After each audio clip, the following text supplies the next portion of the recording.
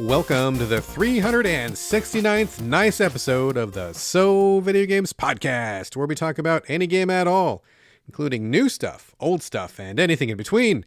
If we are playing it, we'll be talking about it. Today we are recording on December 30th, 2023. My name is Brad Galloway. I am the editor of GameCritics.com, and I'm also 50% of this here show. With me is the man who's getting ready to ring in the new year, Carlos Rodella. It's almost about to be 2024.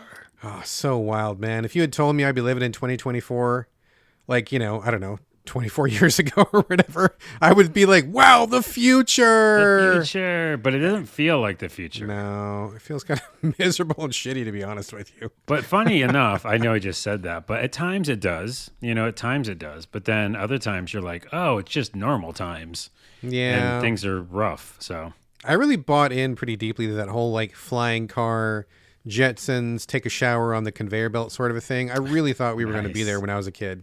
Okay, I forgot about the shower on the conveyor belt. Oh, fuck yeah, dude. That would be dope, man. You just get up and stand still and some robot scrubs you down, gets you dressed and everything. What a time saver. I don't think I would trust those robot arms, though.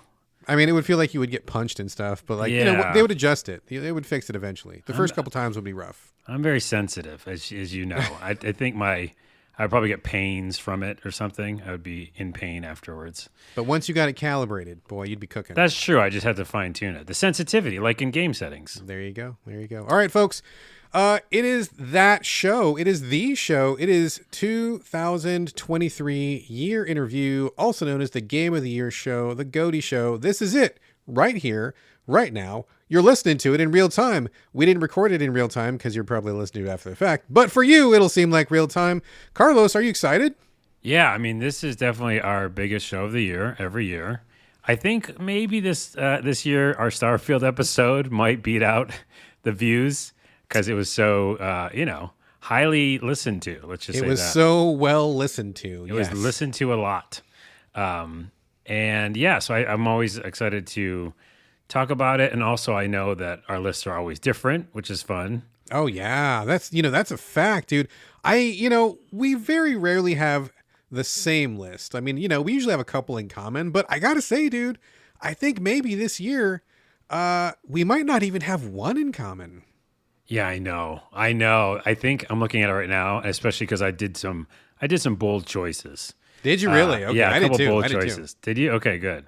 So I feel like maybe one. I think maybe one. Maybe. Yeah. Maybe not. Which is great for the listeners, right? Then you get these two whole other different lists.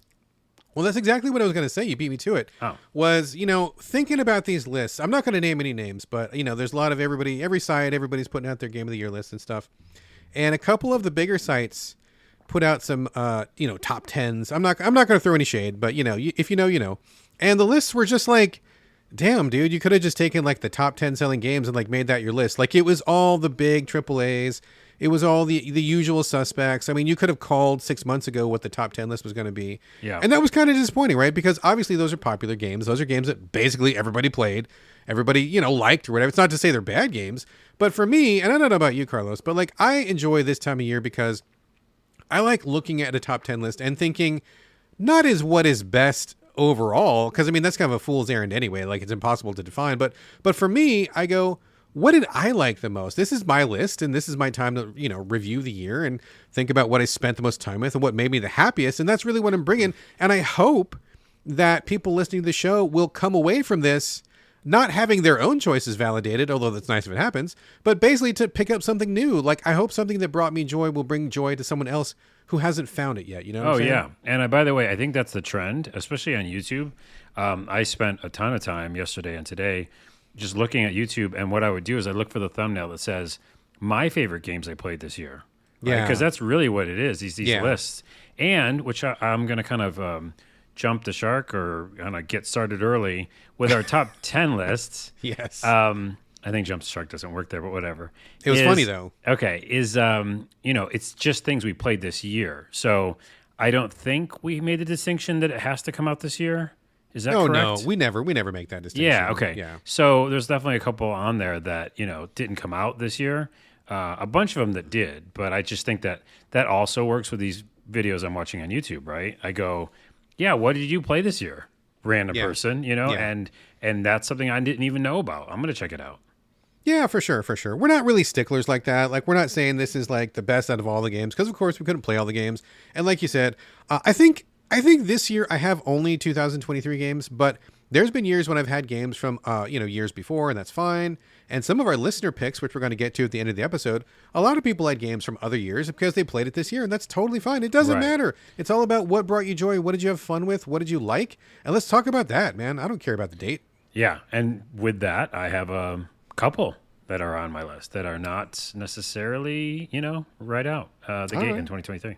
Right. Well, it sounds like we are on the same page, and I know we've got a long show ahead of us. So before we get into that, let me just let people know, because this is going to be a jam-packed episode. We're going to skip our usual housekeeping, but I do want to let people know that this is a Patreon-supported show.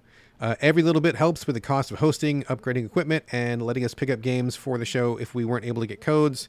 If you want to help out, please go to patreon.com/the So Videogames podcast. Like I said, every little bit helps.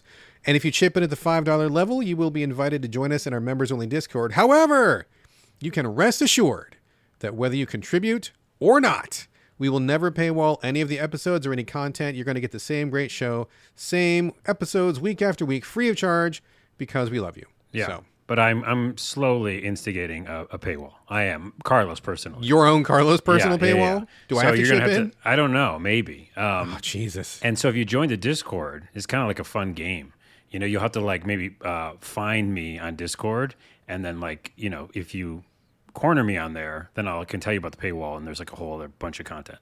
I thought you were going to say, if I find you in Discord, I have to pay you $5. Oh, well, that works too. That's even better, right? None of that stuff is real. Let's get back to None the of that's game real. None of that's game real. of the year. All right, let's get right to it. I think that's enough preamble. We've got a lot of stuff to cover right here. Before we get to our top 10s, we're going to go through our individual top 10s. But before that, let's get the lemons out of the way. Let's get the disappointments out of the way. Let's just clear the air. We got a few things to talk about, and this is a show that's very straightforward and sometimes brutally honest. We're going to talk about the disappointments, and then after that, I think it's just going to be positivity all the way through. So, Okay. Carlos, let's talk about disappointments first. You got any this year? There must be a couple at least. Yeah, I took out some and I added some, but I have about 4 or 5. So Go for it. Oh yeah, those are honorable mentions too. Okay, so first off, this is not a game, but layoffs. We just got to mention. Oh that. man, Disappointment, terrible. Yeah, big time. Also, I was part of it, so That's literally Jesus. part of it. Literally, you were part of the layoffs. Yes, I'm sorry, Yes. buddy. Yes, Another that's thing that's not game related, but I just mentioned real quick, is constantly having to recharge my PlayStation controllers. true. Oh no. I don't Okay. know. I don't know if it's the same with the chargeable Xbox ones. I need to buy those because I just have the ones with batteries right now, Right, which I right. also hate. I hate Right. wasting batteries and using them.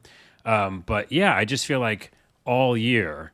I have 3, by the way. I have 3 PlayStation controllers. You rotate through each, and I just each of the three. rotate. One's always charging, and then if one is done charging, I put the other one in there. So it's Oh man. it's just a discipline. I want one that just lasts for a very long time. Can I tell you how I make mine last forever? Oh, your PlayStation ones? Yeah, and the Xbox too. I've never had to charge them all year. Okay, what did you do? I just leave them plugged in. Yeah, but I have 3, so I can only leave one plugged in. I just leave them plugged in constantly. Like I never disconnect the cord. The cords are really long, and I sit close enough to my TV. I never unplug it. Oh, you never unplug The it. battery never Adorable. dies. Yeah, cords. It's amazing. I think, you know what? I might start doing that. My couch, I think, is close enough, so maybe that's Yeah, the I thing. mean, unless you're sitting like 15 feet away, I think these cords are probably going to reach to most people's couches. So that's my secret. I don't recharge right. anything all year long. And obviously, the first game disappointment, which is everybody's in the whole internet, it was the day before, just because it became a fake game. It never really was a game. I was kind of just on the side, interested in if it pulled it off, because I'm always hoping for people and rooting for the devs.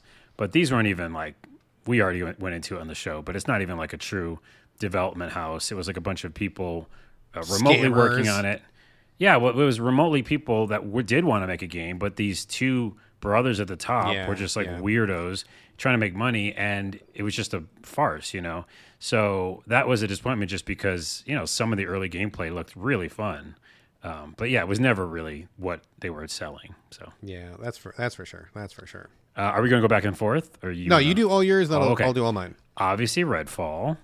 Oh man, Redfall. Yep. Yeah, the internets again. These are both internet's disappointments, but me too, because I was rooting for here's a thing that's going to help Xbox. I love Arcane, but we all knew the writing was on the wall that they weren't making the game they wanted to make. Yeah. I feel like they were being forced into making that thing, you know. Atlas Fallen was a disappointment for me. Atlas Fallen. I don't remember that one. It's the one where you can skate on the sand, remember?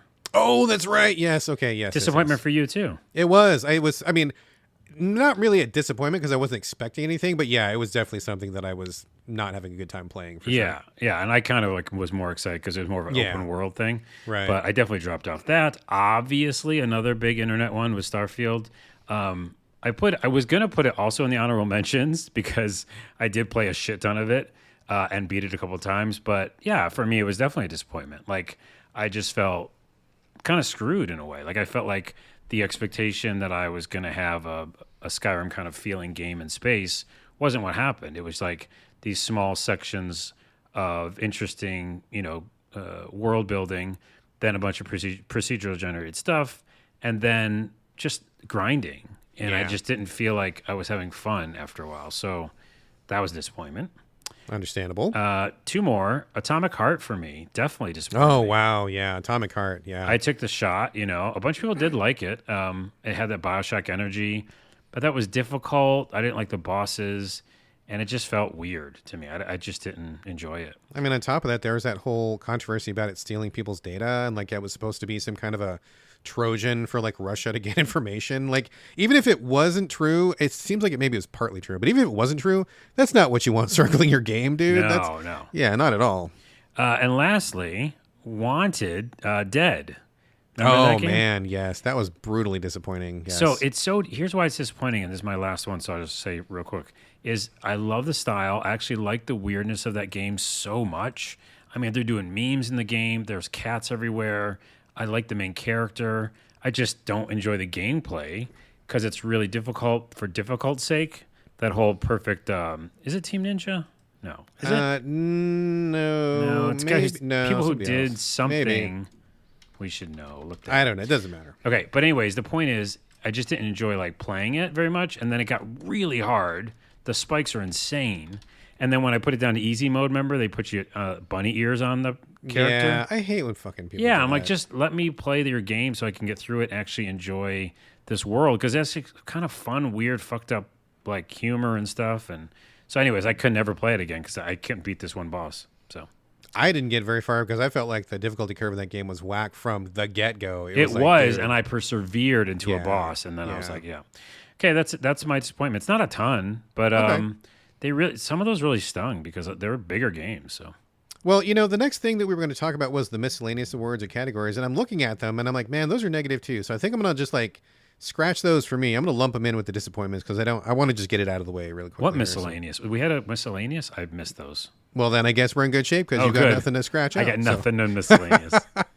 All right. So I think my disappointments, I was going to say the biggest disparity award within the disappointment category was one you've already mentioned, Carlos, like Starfield. Like the most hyped game. It got so much like absurd hype, like the Xbox folks and Todd Howard and everybody just getting up there promising the moon and stars and everything. And then when we got it, it was just like, I mean, I know some people enjoyed it and some people really had a good time with it. And that's fine. I'm not trying to shit all over that or anything. But for me, it was just like the biggest gap between what they promised. And then I kind of like adjusted my expectations accordingly. But then what we actually got was even below my lowest expectation. You know what I mean? Mm-hmm. Like it was like the gap between promises and reality was just like this huge like cosmic gulf. I couldn't believe it. So Because it's the end of the year, I'll just say one more thing about it. Yeah, go ahead. Okay, because we never will speak of it probably again.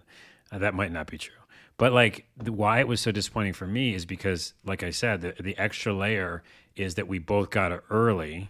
we did. And we both were like texting each other, and I was envisioning. This is like the definition of disappointment. I was envisioning texting you excited. Like, Right. did you Yes. see this thing? And it's we're playing the first Skyrim in Yes. space. Did you talk to this guy? Did Amazing, you do so that thing? fun. Yeah. And then you would have told me. This is actually a perfect explanation of it. You would have told me like, no, I did this, and I was like, what? You did that? Yeah, exactly. But no, dude. it's the same fucking cookie cutter thing. You can't, do too much different things, Yeah, So yeah. that's why it was. As I was like, we could have had that moment.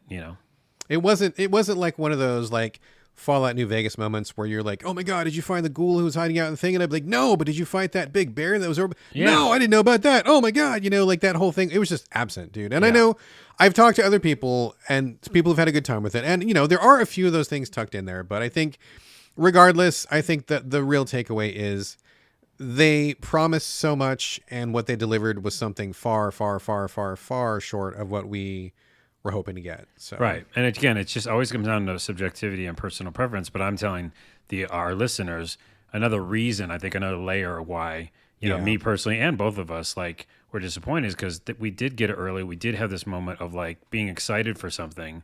And that's the definition of being let down, Exactly. For sure. The other award that I was going to talk about later, I'll talk about now, is the worst game design decision of 2023, which was echoed twice in two different games. And that decision is putting a incredibly difficult, like, shit-kicking boss in the very first level before people have any experience with your game. For example, Wolong. Yes. Wolong had like one of the toughest, like the first boss of Wolong was like on par with Sekiro's final boss, which was like a joke. And also Armored Core 6, the big return to Mechville for FromSoft. They had a really shitty, incredibly hard first boss. And it's like, at this point in the game, for both of these experiences, people are just beginning to come to grips with what this experience is. They're learning the systems. They're learning how to play. And then you put these like incredible brick wall bosses right there. It is such a bad decision. I mean, I know so many people who bounced off of Wolong's first boss, who I think they would have otherwise enjoyed the entire game. Mm-hmm. And the game got easier. Once you got past that boss, it was like you get more skills, you can call a summon, you get better weapons. But in the first level, you don't have jack shit. And so you got to just like tough it out. Same thing with Armored Core. I mean, not only does that boss cheat by going outside of the boundary and firing missiles at you from where you can't reach them, but it was just so hard and it didn't communicate how you were supposed to attack them. Not and at I know all. a lot of people, not at all. And a lot of people were like, fuck this, and bounced, who might have otherwise liked that game. So bad decision. Developers, don't ever do that again. You described me for both those games just now. That's exactly what happened. Wolong and Armored Core, which I could have enjoyed later, both of those, but no, Yeah. And the other thing that I'm going to mention in the disappointments this year is this was the year of buggy games. I know that I'm probably more prone to it because of my technological problems. My anti-technology karma, my aura for sure. But like this year alone, I just noticed a big spike in games releasing that were just not finished. For example, Lamplighters League was like the most unstable game I've ever played. Aliens Dark Descent, Space Scavenger, Sky Caravan, the Shadow Tactics Yuki DLC, and Blood Bowl 3, which was so buggy I couldn't even finish the tutorial. So, some of these things I plan to come back to once they get patched, but like, god damn it, these are all games that I was really excited about playing and looking forward to, and most of these games were not finishable. Like, I got to like 2 levels away from the ending of Dark Descent. I thought I was going to have to quit Lamplighters. I didn't ever came back to finish the tutorial in Blood Bowl. Just please, I know that, fire and forget, or like, ship it now, fix it later, whatever. And the hot fixes are a thing. So it kind of changes how people develop, but please, people, do your best to please get these things functional at least. I mean, I don't mind a little hiccup, a funny animation, a little glitch here and there, but like these games all shipped really fucking broken. And it's just a shame because, again, kind of like the worst game decision, you go into a new game and it's buggy as fuck, you're going to bounce. There's no shortage of choices this year. Why would you power through something that is just like miserable from the get-go?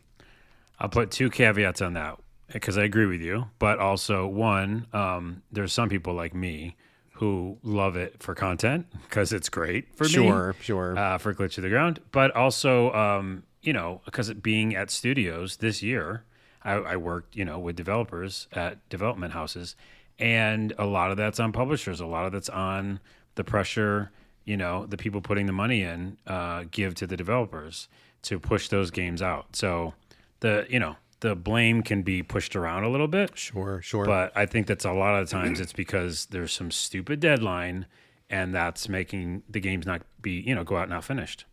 I mean, that's entirely reasonable, and I totally agree with that. I don't mean to put the blame solely on developers because publishers obviously play a huge role. So thank you for that addition. I think you're entirely correct. But regardless, the point is, man, I had so many games this year that I just couldn't play or couldn't finish because it was so buggy. And that was just like a big bummer because a lot of these were things that were genuinely good or things I was really excited about. Yeah, totally. All right, moving on. I don't think there's any more negativity or disappointments. I'm looking at the script. I think it's all uphill in a good way from here on out. So let's hit our next category before we get to honorable mentions. Games we thought we might want to have in our top 10, but we just didn't have time to get to. That didn't get around to awards or whatever. Carlos, any games that you meant to check out and didn't have time for? So, first off, kind of no, because I went through exhaustively the list of all games released, pretty much all games released in 2023, and many different lists. I've played a lot of them. Mm-hmm. I'm not like exaggerating when I say maybe 75%. I mean, like a weird number, you know? Yeah, way above average. Way above average. There's a ton of indies that I didn't touch, obviously, that I wanted to, but I think that in general, I played everything that I thought I might enjoy. But I'm definitely going to put, like with little asterisks on there, Super Mario Wonder and Super Mario RPG Remake, because I didn't play almost any no Switch this year. And I feel like I would have liked both of those. Did the RPG Remake already come out, or is it not out yet? It's out now, I think. Is it? Okay. Yeah. So wait, it's before 2024. So anyways, I think both those are just up my alley. And everybody liked Wonder. A lot of people did. Oh, yeah. My wife thought it was great. So I'm putting them on there for Nintendo. But also, everybody really enjoyed Cocoon. And I think both of us played it early on and wasn't interested. Yeah, we both bounced off that but one I pretty feel quick. like maybe if I went back to it. Second chance? Yeah, because so many people are like... And then I kind of understood later on in the late game what happens. And I was like, maybe. And then just two more.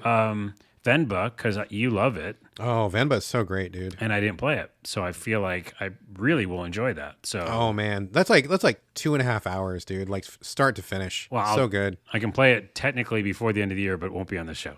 You can play it literally right now and finish before we're done recording the podcast. True. I'd be distracted. That's true. And then I'm putting down Tales of Arise DLC because I started it, but I didn't finish it. And I feel like it's pretty fucking epic. It's like a 30-hour game. Like DLC, like for like 30 hours. That's huge for a DLC. Yeah. So I think that might be on the list, because I've put DLC on the list before. Oh, sure. Yeah, no qualms about that. I think that deserves it. Yeah. So that's my biggest one. I think that could be it. But let me hear yours because maybe I'll hear one that I didn't know about. Okay, so I tried my best to get to everything that I thought had a real chance, as far as my own personal taste of being like a top 10. I got to most of them, but there were a few that slipped through the net. I think the biggest one is probably Baldur's Gate 3 because I wasn't going to play it on PC, and they kept promising. It just came out on console, I want to say not even a month ago. 2 months maybe like ago now. No, yes, I don't know. I don't think it was that long. Yes, I've been playing on PlayStation 5 I played it 2 months ago. It was last time I played that long? Yeah. I don't know if it was that long. But regardless, it didn't come out until like pretty late in the year. And that's true. PR kept saying like it was just around the corner, just around the corner, just around the corner.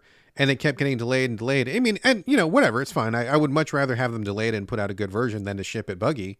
But it just came too late in the year. I was already neck deep in other things, and I know it's a huge game, and there's a pretty good chance I'm going to love it, but I just didn't want to start it this late in the year because even if I did try to squeeze it in, number one, I wouldn't want to rush through it, and number two, I just don't think there's enough time. There isn't. Yeah, to get through it before. Yeah. There literally isn't enough time. Yeah. Yeah, so Baldur's Gate 3, going to hold that back for next year. Okay. Bramble, I know you played this one, and a lot of people were talking pretty good things about it. It seems like it's kind of up my alley, but I just, I have it downloaded on my hard drive, but I never got around to it. It's not on my honorable mentions. It almost was, which means it's not on my top 10. But it was very interesting and good and weird and fucked up. So I liked a lot of it. Yeah. I feel like that one probably would have made my top 10, but it just kind of slipped through the cracks. Okay. The next one is The Pale Beyond, which I actually did play on PC, and I thought it was amazing. I just played like the first 2 chapters of it or whatever, and I'm like, oh, this is great. And I knew that a console version was coming, so I'm like, okay, wait. It's kind of painful and tedious for me to play it on PC. I know a console version is coming. I'm going to wait. And it just got delayed and delayed, and it didn't come, and it finally hit Switch. And I'm like, okay, cool, I'm going to jump in. And the Switch version is just not good. It's not terrible. And if you have no other way to play it, I say go for it. But it was janky. Like the camera didn't quite work right. The controls didn't quite work right. And the text was really small. And I was like, oh no, I put off playing this game all this time, and now it's the end of the year, and I don't want to play the console version, and I don't think I have time to go back to the PC version. So, bummer. I strongly feel that one would have been in my top 10 for sure, but I was thinking the console version was going to come sooner, and it didn't. All right. The last notable big one I think that I really meant to get to and I didn't was Star Wars Jedi 2. I liked the first one a lot. Snap. Survivor.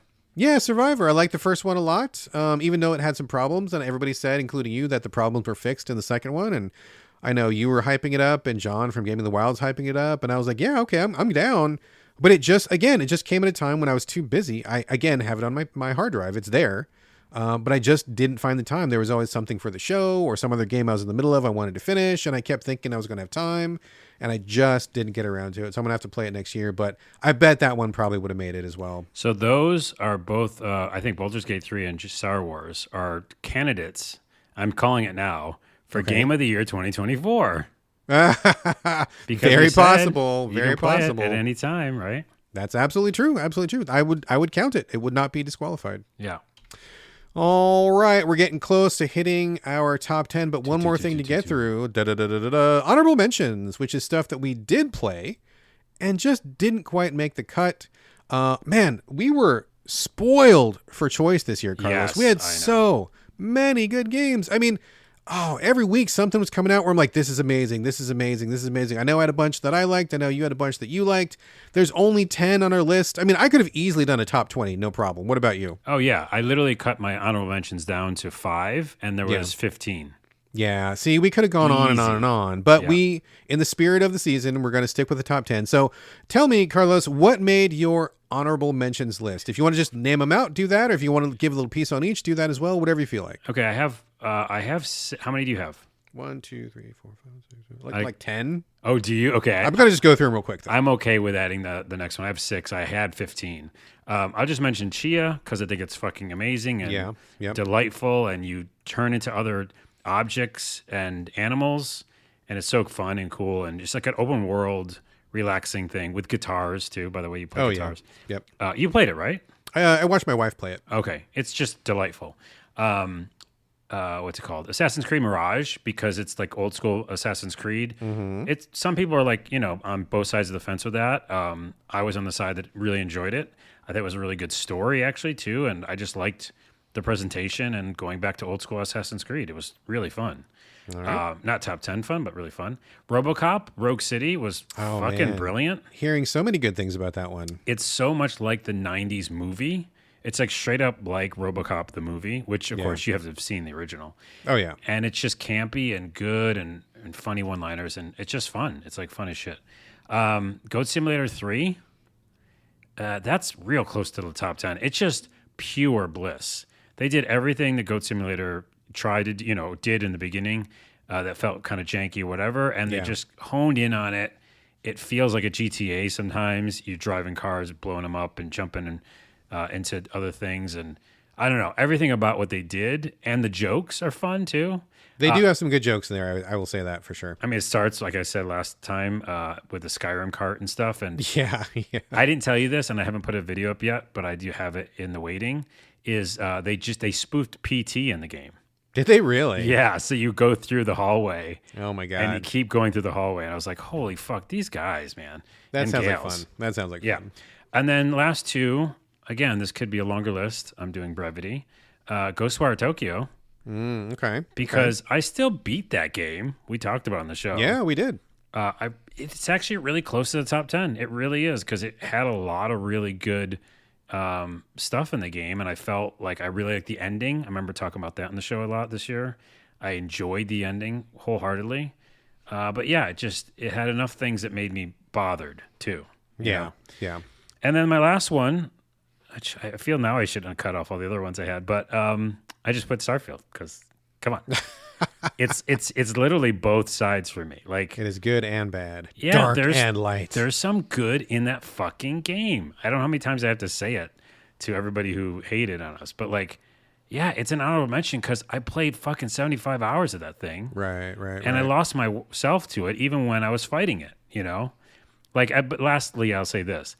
I don't know if I ever mentioned it when we talked about it, but at the end of me playing it, which who knows if I'll ever go back to the DLC? Who knows? And I'm not saying no, but I had like a level 95 exotic, rare sword that I found, like the biggest, like the most powerful thing in the game, and because I grinded and stuff, and I remember I only did melee in that game. Yes, I do remember that. Which most people that I talk about in the comments, they don't believe me. They literally just don't believe me. They're I believe it for sure. I have no doubt whatsoever. Yeah, but they're like, it's still broken. How'd you do that? And the point is, that's a level of that has to be an honorable mention that I only get to in certain RPGs, where I'm like finding the rare sword, and I'm like slaying level 97 enemies. That's what I was doing, dude. 97. Well, you know what, Carlos? I'm going to give you an honorable mention because of your stick-to-itiveness with that fucking game. Because Nice. To be fair, like you said earlier, we both went into it with open hearts and open minds, and we wanted to see the best of that game. And even after we both kind of soured on it, like you persisted, like you kept giving it chance after chance. Yeah. And all those people who like threw hate our way, like for 2 weeks, it was just like hell on earth, dude. Just like all the hate storm coming our way. But like those people didn't listen to the show, obviously, because they would have heard what a balanced view we took of it, because we tried to give it chances. Yeah. And we tried to find the good in it. And like you really kept giving it chance after chance, and you played it for like, whatever, 100 hours or whatever you said it was. You beat it twice. I mean, I don't know how much more fair you could be in that game. So I give you an honorable mention for doing your due diligence in checking that game out, man. Thank you. I accept this award on my behalf. This is the first honorable mention I've received, and I'm really appreciative. I got to thank all the little people. The little people, yes. And also the big people and the medium-sized people, and I'll thank Brad. All right. Excellent. Congratulations. Now get off stage. We're running out of time. Okay, I'm off stage. I'm not going to be, what's his name, from God of War. Yeah, right. All right. My honorable mentions, I'll just go through them real quick. And Carlos, if you have the ones you cut off, feel free to throw them in at the end here. I literally deleted Did you delete them? Yeah. Okay, that's fine. Okay, so this first one's going to blow you away. Cyberpunk 2077 2.0. It was on my top 10 for the longest time, dude. And I just got to the end of the year, and I'm like, you know what? There just isn't room on the list for it. Wow. So, okay. Honorable mention. I want to give honorable mention to Wolong Fallen Empire, despite having the worst design choice with that crazy-ass first boss. I actually thought that game was great. I had a wonderful time with it. And if it wasn't for that first boss, I would have really recommended it like way more. But I knew that people were going to bounce the fuck off of that boss. Yeah, I can see that. It was just a bad choice. Dave the Diver was a hell of a lot of fun. I had a lot of fun with that. Didn't finish it, but boy, I enjoyed my time with it for sure. I really want to give an honorable mention to Graveyard Keeper. That is like one of my white whale games, dude, where like I love that game. I've started it like 3 different times. You'll never finish it. I will, dude. I will. Okay. I mean, whatever it takes, I'm going to come back to it because now it's got the Ultimate Edition where it's got all the DLC, everything in it. That game is done now, like it's finished, and I'm going to go back to it, dude. It's a huge undertaking. It's a deep game, but man, I fucking love that game, and I really want to finish it. But anyway, Shout out for the Ultimate Edition, which came out this year. Blasphemous 2, which I really enjoyed and was really good, but just didn't quite make the cut. Shadows Over Loathing, which was great. Really funny. Had a lot of good times and laughs with that, but again, didn't quite make the cut. Thirsty Suitors, which I think is like in many ways a truly amazing game, like for representation and diversity in terms of people of color, in terms of queer people, in terms of like the content about, young people's lives and romance and dating. Like so many, like the writing is just like outstanding in that game. I love the writing. I think the gameplay was a little bit repetitive and a little bit basic to kind of to keep it out of the top 10, but I really want to call attention to it. And I do think it is worthy of people's time. Along the same lines, Venba. Man, Venba was so fucking good. I love that game. I mean, it brought my wife to tears. It brought me, I think I may have cried as well. And it's just really emotional. It just really highlights the humanity between people. It doesn't matter where you're from, what color your skin is, like anything. Like it's just about being a human being on Earth. And it was just so amazing, like so on point. Venba was wonderful. Broken Lines, I'm going to give a shout out to. This game, I feel like I have let this game down. It's really cool, interesting spin on turn-based tactics, set in a quasi-fantasy World War II sort of setting. It's got a strange, real-time kind of combat engine, and it's about troops who are behind enemy lines, and they're trying to escape, but then all of a sudden, like, zombies show up, and it's just like, it's super up my alley, and there's a lot of really cool, interesting things in it. But again, it just kind of got nudged to the side. I got busy, and it was like, my head wasn't quite in the right space, but it's such a great game, and I never hear anybody ever talking about it. Yeah. Yeah, Broken Lines definitely need some more love. And my last one, which was just fucking outstanding. And it shows what an amazing year we had that this game didn't make it in the top 10. The Cosmic Wheel Sisterhood, fucking fantastic visual novel. I loved yeah, every you loved minute it. of it. Oh my God. Like, well written, amazing graphics, cool concept, great gameplay, and like designing your own tarot cards. The way the whole thing shook down was just like chef's kiss, dude. It was fucking great. And yet it didn't make the top 10. That's what an amazing year 2023 was. Crazy. Fucking bonkers that didn't make it in the Yeah, top 10. you loved that. I did. I loved it. I actually was able to re-undelete, which is not Did you a hit word. the backwards arrow like 10 times? Yeah, a million times. Okay. Sorry, I was also listening, but I was trying to get That's my... fine. That's fine. I wanted to hear what else you had. Well, here, and it's funny because when I did it, I realized I made an issue. I made an error. First off, Sonic Frontiers. Oh, For okay. all the weirdness that game is and not fun at times, there's a lot of fun to be had too. There's like this flow state you get in when you're in this open world and just doing all these moves. I really lost a lot of time to that this year. So got to mention them. And then Star Ocean Second Story R. Okay. Because I'm okay. still playing it, so I can't really like say what the ending is and stuff like that. But I just had a great time with it. So this is leading to an interesting thing because we're just about to hit the top 10. We are. And because I did that control delete undelete thing, Yes. I realized I had more than 10 Okay. in real time. So let me count 'em real quick. Are you hitting the backwards arrow now in real time? No. I'm going to make sure that my top 10 are 10. 1, Okay. 2, 3, 4, 5, 6, 7, 8, 9, 10. Okay, because now I've figured it out, there's one more honorable mention Okay. What because is it just got cut, Okay. and it was at the bottom. Was it number 11? It was number... Inadvertently? Yeah, it was supposed to be number 10. Okay. Number 11 is Alan Wake 2. Wow. Okay. All right. Which, All right. you know, there's so many good things. I love Alan Wake. I love Remedy. It's still, I'm going to play it. You know, I'm going to go back and probably try to beat it.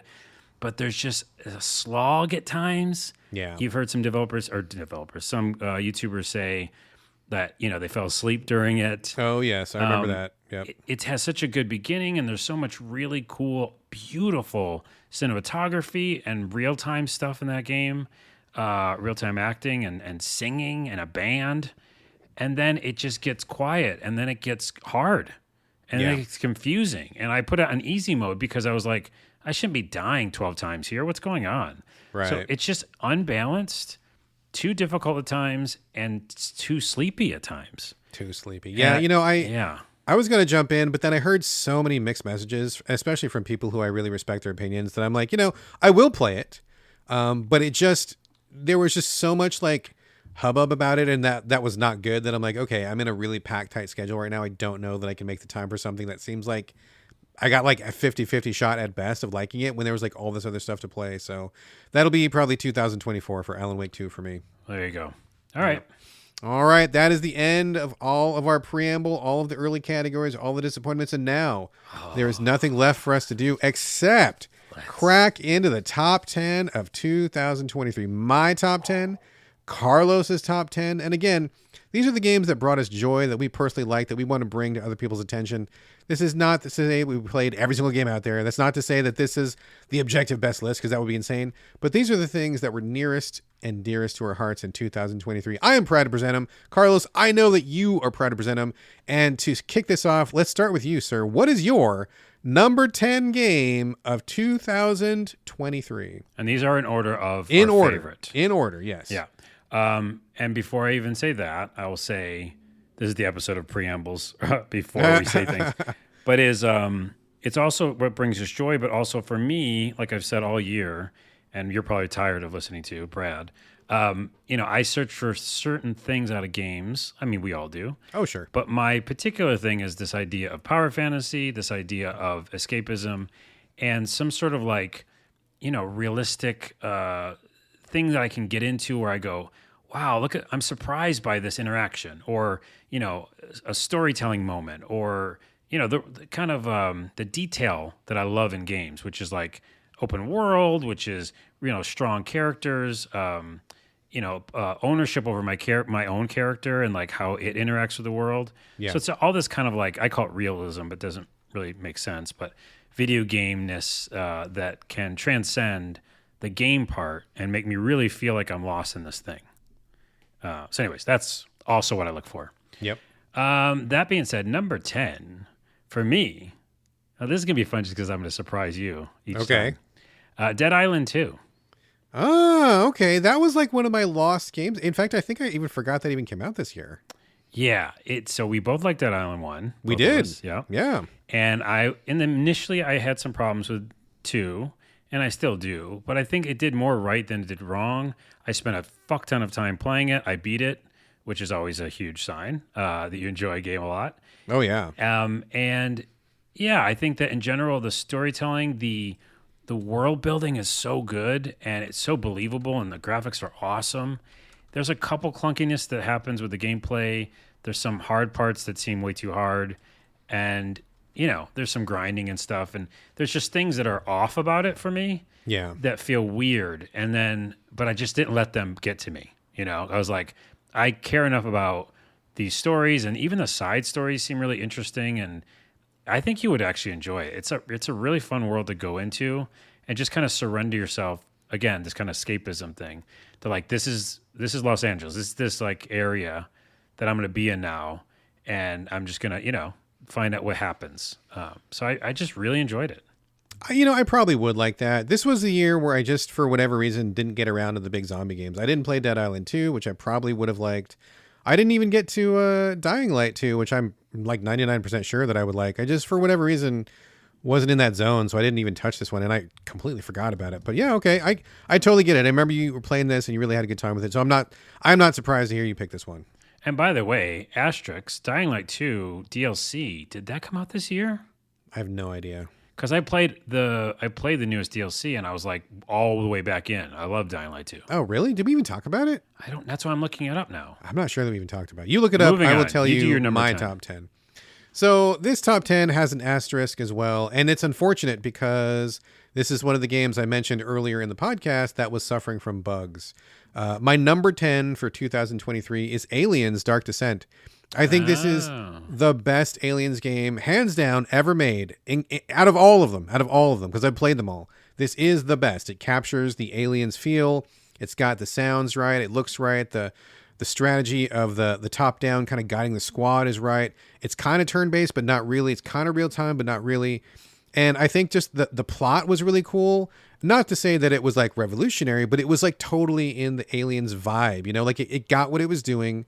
It was aimed towards the fans, of course. I mean, I think anybody could enjoy this even if they didn't know about Aliens. But I think if you did know Aliens, you got so much more out of it, and we're really appreciating the beats that they dropped. I thought the writing was, it was very good for what it was. And so I think that in itself is an achievement because the Aliens franchise itself has floundered for so long. I love this game.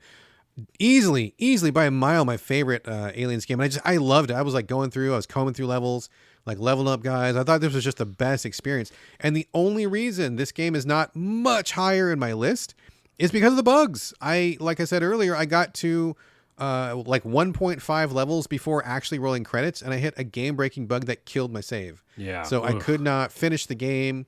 At the time, the developers had not had a fix for it, and there was no way to save my progress. So I was very disappointed and heartbroken by that. But it speaks to the quality of this game that even though it fucked me at the 11th hour and I wasn't able to roll credits, I got so close. That would have been the kiss of death for any other game, but I still love this game. I still think it's a great game. And I bet it's probably been patched by now, and anybody coming to it now is probably going to have a great time. I think this is a fantastic game. Yeah, you did like it, and that is a testament because we've done it before. I kind of just did it with Dead Island 2, which is like there's a couple things that are stuck in your craw. Is that what they say? Yeah. And you still push on. It's a good sign. All right, that was number 10. Moving on to number 9 of 2023. Carlos, what is your number 9? Achilles, Legends Untold. Really? Wow. Okay. Making Surprise. the top 10. Surprise. All right. It's kind of an indie game. I wrote this down because I want to make sure I tell people. You might have heard it's like a Souls-like. It's not. It's not at all. It's more like Diablo. It feels like a Diablo game, but like a single-player, campaign. And it's, the top-down, three-quarters view, go hack and slash and level up your character. It's, this kind of weird Greek mythology story, but, monsters and this whole huge backstory. But the point is, it's on my top 10. I played a shit ton of this. All year I kind of lose myself in games, and I just didn't, I only played this. like for a very long time. And I had to beat it. Like it's one of those things where you just feel like you want to get to the next level. You want to see what the next power up is. And it's not, again, the best thing in the world. There is no such thing anyhow, but it took and it just totally captured me. And here's what it is. I kind of want more games like this next year, which is like not super long, but, and a Diablo-like, and not a Souls-like, because this is not what this is. This is totally doable. You're not like just going to die all the time. And lets you level up and lets you kind of like progress, almost like Dark Alliance or some of those old kind of PlayStation 2 games where it's like it's an action RPG, but it's really kind of simple. Yeah, those top-down dungeon crawlers. There was a whole bunch of them on PS2. Yeah, and PS2 had a ton, and I feel like that's what this was. It was like a love letter to those, and I just had so much fun. So it had to be on the list. I don't know where to put it. So it ended up 9. I mean, it could have been 10, but I liked it better than Dead Island 2. That's a good pick, man. That's a good pick because, not a lot of people gave that one the time of day. And I was curious about it myself.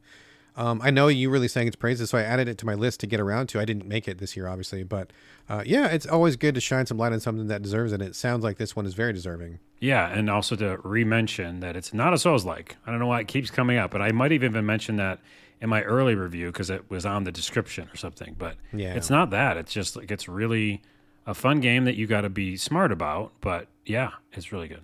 And what was the whole title? It was Achilles. What was it? The whole Achilles Legends Untold. Legends Untold. Okay. Totally affordable. You are around New Year's, you're hanging out, you're chilling. I haven't gone back to work yet or something. Pick it up. Awesome. Good pick. Good pick. Mine is kind of in the same bucket as yours, as a matter of fact. I think mine was really playable, kind of an indie game. I didn't see a lot of people talking about it, and it definitely deserves more spotlight. My number 9 is Black Skylands. Played this on PS5. Man, I had a great time with this one. And kind of like you, like it wasn't too long.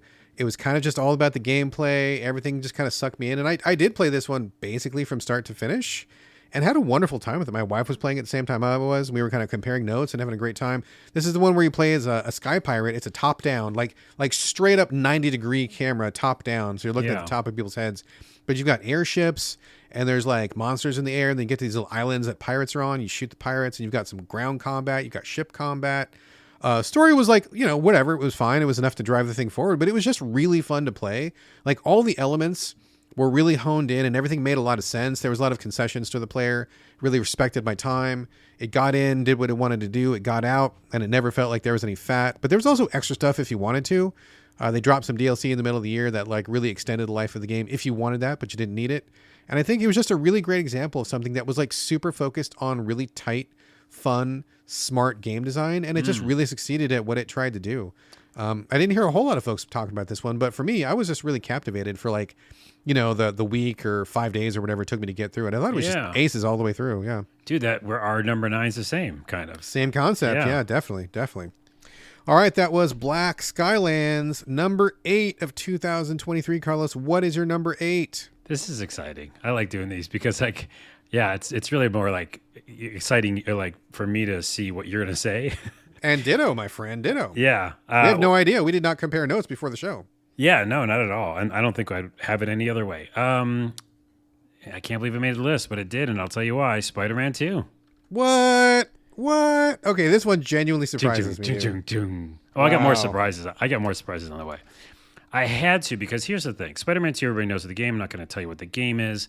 It did everything better than all the other ones. You and I both didn't like Spider-Man 1. We talked about it before on the show that we didn't like the fact that it was difficult. Spider-Man should be easy. He's a superhero, and he's getting shot by a punk, some random punk. Yeah, he should be beat up with them palookas, man. Yeah, and so it does the same kind of thing. I knocked it down to story mode immediately, and I was like, just gonna fuck around with the story and whatever. So that yes, they did everything better. There's 2 reasons why it's on the list. One, I played so much of it for my content. For Glitch to the Ground, I made tons of videos. My number 1 video of the year, which is sitting at 2 million views, is from Spider-Man 2. Well, congratulations. 2 million is a big number. I guess. Yeah. Thanks. For me, that's big. Well, yeah, it's more about again, I captured a moment and I didn't do anything. I just feel like I captured a moment and people were like, yeah, we like that moment. But the point is, I spent so much time in that because some of the NPCs which I mentioned at the beginning of this list, what I'm looking for in games, were real improv actors. Yeah. So, and that's the number one video of mine is I found probably the best, which is crazy. I found the best moment of NPC actors improving in that game. And it's very fun to listen to. And there's a bunch of those, in that game. And so that world was fun for me to just run around. Yeah. And it's like a totally realized city. And there's still gaminess to it. And it breaks at times. And NPCs, they go through things and stuff and walk through each other. But there's enough like new pieces of realism that I got to give it a nod for that. And the second reason is because I was playing it for content, I ended up I was at 50% of the game done, Yeah. And I go, oh, I guess I'll just finish. Might as well. Yeah. And because I did, I got to see probably what I would have never seen, which is some good set pieces, some good story moments. Mary Jane at some point is a playable character. I remember that. Yeah. And she's like John Wick, and that was one of my videos too. Like that was just a fun 2 different sequences with her doing that. Yeah. And then the ending was a good message. Like talk about inclusivity, accessibility. There was, one of the main characters was deaf and there was a lot of sign language. At the end, I just had to like give in and be like, fuck. All right, they did a good thing. Oh, they won you over. Yeah, I was like, I see what you're doing. I didn't like a lots of it. You know what I mean? I'm not going to like say it's the best game in the world. But it made the list at this later stage here, 8, because, it was fun enough to be in with the NPCs and long-winded ramble over. It did have a lot of goodness to it, I think. All right. Wow. I'm very surprised to hear you add this one because I knew you were mining it for content and stuff, but like you said, neither one of us were that high on Spider-Man 1. This seemed like more of the same. So I am very surprised to see you add this one, especially at number 8. I thought maybe 10 or something, but okay. Yeah, all right. I think it's 8 because I've just spent so much time with it, Right. I was in that world for a lot this year. Is this like a Stockholm Syndrome sort of a thing? Maybe, yeah. Maybe there's a wrong place for this game to live. Maybe it should live on a separate list. It's here now. Stockholm Syndrome list. It's done. Whatever. It's in there. No, I stand by it. All right. Good. All right. Spider-Man 2. My number 8 for 2023, Backpack Hero on the Switch specifically.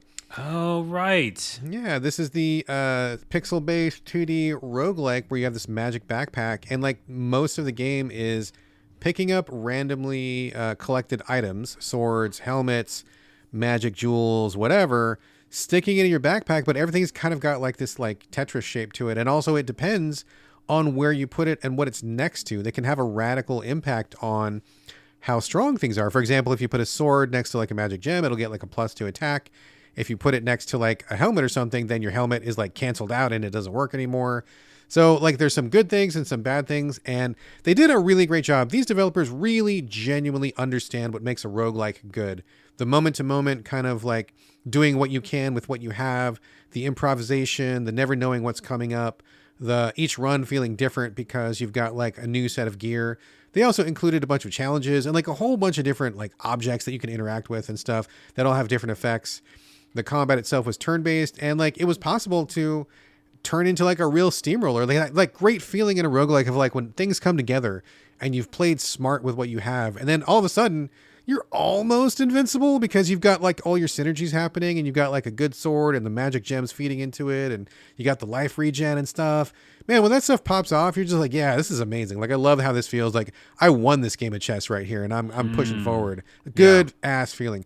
This would have been higher. The only thing I think is wrong with this game is it was focused solely on the combat and roguelike elements for a long time. It was a long time in early access. And that makes sense because that's really where the meat of this game is. But they threw in a story mode, which I think is totally fine and I like it. But the story mode doesn't feel anywhere near as baked as like the combat does. So there was like some performance issues. There was some obfuscation. Like there's parts where it just wasn't clear how to move forward. I had to look at an FAQ multiple times because like there just wasn't enough information about what I'm supposed to do. So I think the story mode needs a little bit more polish to like make it smoother and more approachable. That's really the only reason it didn't place higher, because other than that, this is like next level genius roguelike shit. And I'm the guy who plays all the fucking roguelikes. So I know, dude, I play every roguelike. And this one was like head and shoulders so clever, so smart, so well put together when it comes to all the necessities that make a roguelike. This one had it going on, man. This was one of the best of the year in terms of roguelikes, for sure. That's interesting. I didn't think it would make your list because when you talked about it on the show, I feel like you hadn't dug into it enough yet. Or maybe you said you liked it, but I didn't think it would make the list because, yeah, you said you really liked it, but I just maybe because did you beat it? Is there a beating it? There is a beating it, but I just kept on playing and kept on playing, and I just was continually impressed with like every run there was like something I was learning that was new or some new twist. And I'm like, oh man, that was really smart, or oh no, I didn't think about that. Oh, too bad for me. But like it really engaged the roguelike part of my brain in the way that it really should be engaged. And I just was so impressed. Yeah. Because we've played a lot of shit roguelikes lately where people have mistaken grind for what you should be doing, like for moment to moment. And I think that these guys or girls or whoever who made Backpack Hero, they get it. Like they did not lose sight of what makes a roguelike good. And that was just really hard to come by this year. Yeah. So I really had to celebrate it. All right, cool. All right. That was number 8. Carlos, your number 7 of 2023. What you got? I can't do it. I can't do it. I can't. You got to do it. You got. Oh my God. Do it. Are you picking these to punk me, or do you really stand by these? This is real, and this is gonna. I mean, if we had if we had a larger reach for the podcast, it would break the internet. But at least a few thousand people will be upset, or oh my God, or excited. I don't know. I think no one's gonna be. Oh, you're putting a knot in my tummy, dude. What's going on? Number 7 is Forspoken. Oh. Yeah, fuck you. Okay, not you. No, I'm not surprised. I'm not surprised at all. know. You love this game, dude. You loved it. I'm pre-saying, no, I'm not going to say that F word. So here's a couple of reasons why. And it's exciting because it's definitely true. Do you feel like you just did something naughty? Yeah, I do. It's like Christmas. it's after Christmas, so I'm not on the naughty list anymore. That's right. That's right. I'm on the naughty list for 2024. For next year, yes. But so it's the team who did Final Fantasy 15. It's the same type of combat. When we both played the demo, I remember we both were a little disappointed, and I was confused. I remember that because there's like 8 million powers. Yes. And in the demo, they unlock everything, which I think is the wrong thing to do. Because in the game, you actually get them slower. They unlock slow. But the gameplay is that. It's this kind of bombastic, all over the place, third-person, action-y game. RPG, I guess, but it's mainly like action game. It feels like Infamous. Right, like Infamous 2 Second Son. Yeah. That's a good call out. Yeah, and I think one of the biggest things that's fun and just relaxing about the game is the parkour. So you just hold the button down and you're turboing all over this open world and just like parkouring everything and then fighting monsters randomly, whatever. So yes, the world is empty, kind of. It's beautiful. I mean, that game is actually pretty beautiful, and people don't give it the credit there. But there isn't a ton to do on it. It's just like unlock stuff and upgrade your character. Yeah. At the very beginning of it, like I said on a couple episodes this year, there's bad dialogue that's really cheesy that everybody copy and pasted and said that's what the game is. Yeah. But I played the whole game, and even like the epilogue, there's an epilogue part you can play. I played that too. And yeah, 1/3 of the game is probably like cringe as fuck, and that's true, okay? But a fuck ton isn't. And there's a lot of really good emotional beats in that game that no one's ever going to see because they've already written it off from the beginning. Some deaths, some really like close to home for me. I was playing it during real dark depression time. Yeah. And she's she's mad or whatever. And she's like, angsty and bullshitty. But she's also, it's coming from a place where she fucking wanted to kill herself. Like, that's straight up the beginning of the game. That's not a spoiler. Like, she's on a bridge. No, yeah, it's like in the first 10 minutes of the game. This is real life shit, and I just feel like it got such a disservice because the cuff is annoying. Talking to the cuff is annoying, and hearing him talk back is annoying, and some of her lines are cringe. But a lot of those lines are in the beginning, and as you go through the game, it just turns epic, and some of the boss battles are really fun, and I just thought it was really, like, fully engrossing for me. And then the end was, like, again, a bunch of other emotional beats, and you keep playing, and there's more story. Like, it's one of those games where, like, it literally rolls credits. You could keep playing if you want, but when you do, there's more story, like a lot. Yeah. And it's like, it really feels like it's telling more than, the story that the commercial is showing. So right. I just think it's way more than some of its parts. That's a perfect way to say it. And I really like it. I stand by 100%. Well, I mean, I think you've made a good case for it, man. I tried it. It didn't stick with me, but I can understand 100% like why you like it. You've made the case, and it makes sense. I mean, I don't think you're punking anybody. I get it. So you choose what you choose, man. You like what you like, and that's what this list is all about, dude. Oh yeah, like what? Yeah, I mean, I like it a lot. So There we go. You it's on like the it number list. 7. You like it number 7. 7. Number 7 for me, Shadow Gambit: The Cursed Crew. Oh, that makes sense. Yeah, I love this game. This is from Me Studios, who has now shuttered their doors. They announced this was their final game. They're going out on a high note. I will be endlessly sad about that. But they really did deliver. I mean, this is their best game. They do, or, they did make kind of like one sort of game, which is kind of like a team tactics game, which had some simultaneous real-time elements. All their games are very intricate, very complicated. They're like Swiss watches with precision about how they work and how many elements are at play.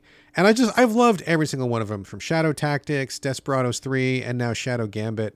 All their stuff is just ace, killer, great stuff, all of it. I've loved all their games, but this is by far the best one. They had the coolest array of characters. They had the wildest array of powers. They had the biggest mission types, mission variety. You had a hub, which was like a living pirate ship, which was really cool. You had more freedom in the design. You could approach levels in different ways. You could choose who you wanted on your team. I mean, they just really like took the feedback and ideas from all the players and from their past games and just said, we're doing what we can do. This is an iteration for sure. Like, they didn't reinvent anything, but they iterated in such a way as like every rough edge was smoothed over. Every little thing that they wanted to do, they got to do. They went even crazy with the DLC. They gave 2 final DLCs before they bounced, and the DLCs are wild. Not only do they have 2 little story campaigns and offer new areas, but they went nuts with the powers. Like, both the DLC characters are like totally OP. And to me, it was just like about fun. Like, all these wild Caribbean pirates who were also undead doing things that would be impossible in a quote unquote more realistic tactics game. It was just about the fun, man. Like, it was so fun to do these, shoot your sword across the level, or, turn invisible, or, and like, use your magic fishing pole on somebody, like all sorts of just crazy whack stuff that was just really fun. Yeah. I thought the campaign was really satisfying. Everything about it. I had a great time with this crew. The voice work was amazing. Everything about it was the best they've ever done. Absolutely. I had a marvelous, marvelous time with it. Airtight. Absolutely airtight. Airtight number 7, and also honorable mention for being mentioned on the podcast most times. Maybe. Oh yeah, I mentioned One a lot. of them. I really needed people to play this game, so hopefully they did. And if you haven't, hopefully they will play it now. Yes. All right, number 6 of 2023. Carlos, what is your number 6? Not a controversial one, but we mentioned it earlier. Star Wars Jedi Survivor. Oh, okay, all right. Even with some of its problems and some of its difficulty spikes and blah blah blah, I played and beat that game and loved every moment of it, and was totally lost, and beautiful worlds and everything better than the first game. And I think they're making a 3rd game now because of it. You need to play it, and everybody listening should at least try it. It's fucking great. Like, I mean, if you are a Star Wars person, by the way, this is it. Like, I remember when we talked about it in the show, I said this is my favorite Star Wars movie, in the last couple of years, because it feels like a really fucking good movie that you're playing. And it's so beautiful, and the graphics are so good. And yes, the number one complaint was that it launched buggy and kind of still is broken on PC. I was playing on PS5. Even on PS5, I had problems. At launch, it like blue screen crashed, like broke my PS5. Yeah. Then a couple of patches later, it didn't do that anymore, but it still stuttered here and there. And I'm on performance mode. So yes, they did something, which I think, again, coming from working at developers, I think they shot for the fences, like they really wanted this vision of high fidelity, creating a world of Star Wars, and they just didn't skimp. And then that's what happens, right? But even with that, everything about it, some of my favorite moments like of gaming happened in that game. Yeah. Like near the tail end, I remember talking about on the show, like, I was like, this is what I said on the podcast. If you didn't listen to that episode, I go, I did something in Star Wars Jedi Survivor that I'd never done in a video game ever. And that's still true. And I haven't told you because I don't want to spoil it. No. I'm going to play it for sure, so don't spoil me. But yeah, I'm looking forward to it. I was like, did I just do that in a game? And I was surprised. So this could even be higher on my list, but there's some interesting ones that took over instead of it. But yeah, Star Wars Jedi Survivor. Yeah, it makes sense. I mean, I was thinking this could be one for me. Didn't get to it, but I've seen a lot of people pick this one, and it seems well deserved. I mean, it seems like they really improved on a lot of the rough edges in the first one, so I'm looking forward to cracking into it. Absolutely. Yeah. Airtight, did you say? Airtight. All right, my number 6 is not airtight. It's like the opposite of airtight. It's very air leaky, but I still had the best time with it. Star Trek Resurgence. I love this game. Oh, is that the interactive fiction-y one? Yeah, it's like the Telltale. It's got some Telltale, people yeah. from Telltale, the now defunct Telltale, but former Telltale developers taking a crack at the Star Trek IP. This is all new content, new characters, a new ship, a new story. I believe this is canon content. I think this is actually part of the real, the real Star Trek continuum. Lots of guest appearances from famous Star Trek characters. I believe they even got some of the actual voice actors, if I'm not mistaken. But I just loved this. So full disclosure, it's janky. It's janky as fuck. The combat is embarrassingly terrible. Piloting the shuttle is awful. I never want to do that again. All the mini games are, to a greater or lesser degree, they're like mini games, they're fine. But why this game is here, why it's so high, number 6, and why I loved it so much was because they get it, dude. They fucking get what Star Trek is about. And I'm not the world's biggest Star Trek fan. I mean, I enjoy Star Trek, I love me some Star Trek, but I don't like have the jersey with the little pip on the, on the chest or anything. You don't have the ears. I don't have the ears or anything, but like, they fucking get it. Like, they get what makes the show good, like specifically Next Generation. And they just nail it. They just delivered moment after moment after moment after moment where I'm like, this could be an episode. I could be watching episodes. This feels like I am watching a lost season of Next Generation, which to me would be like fucking amazing. I love that show.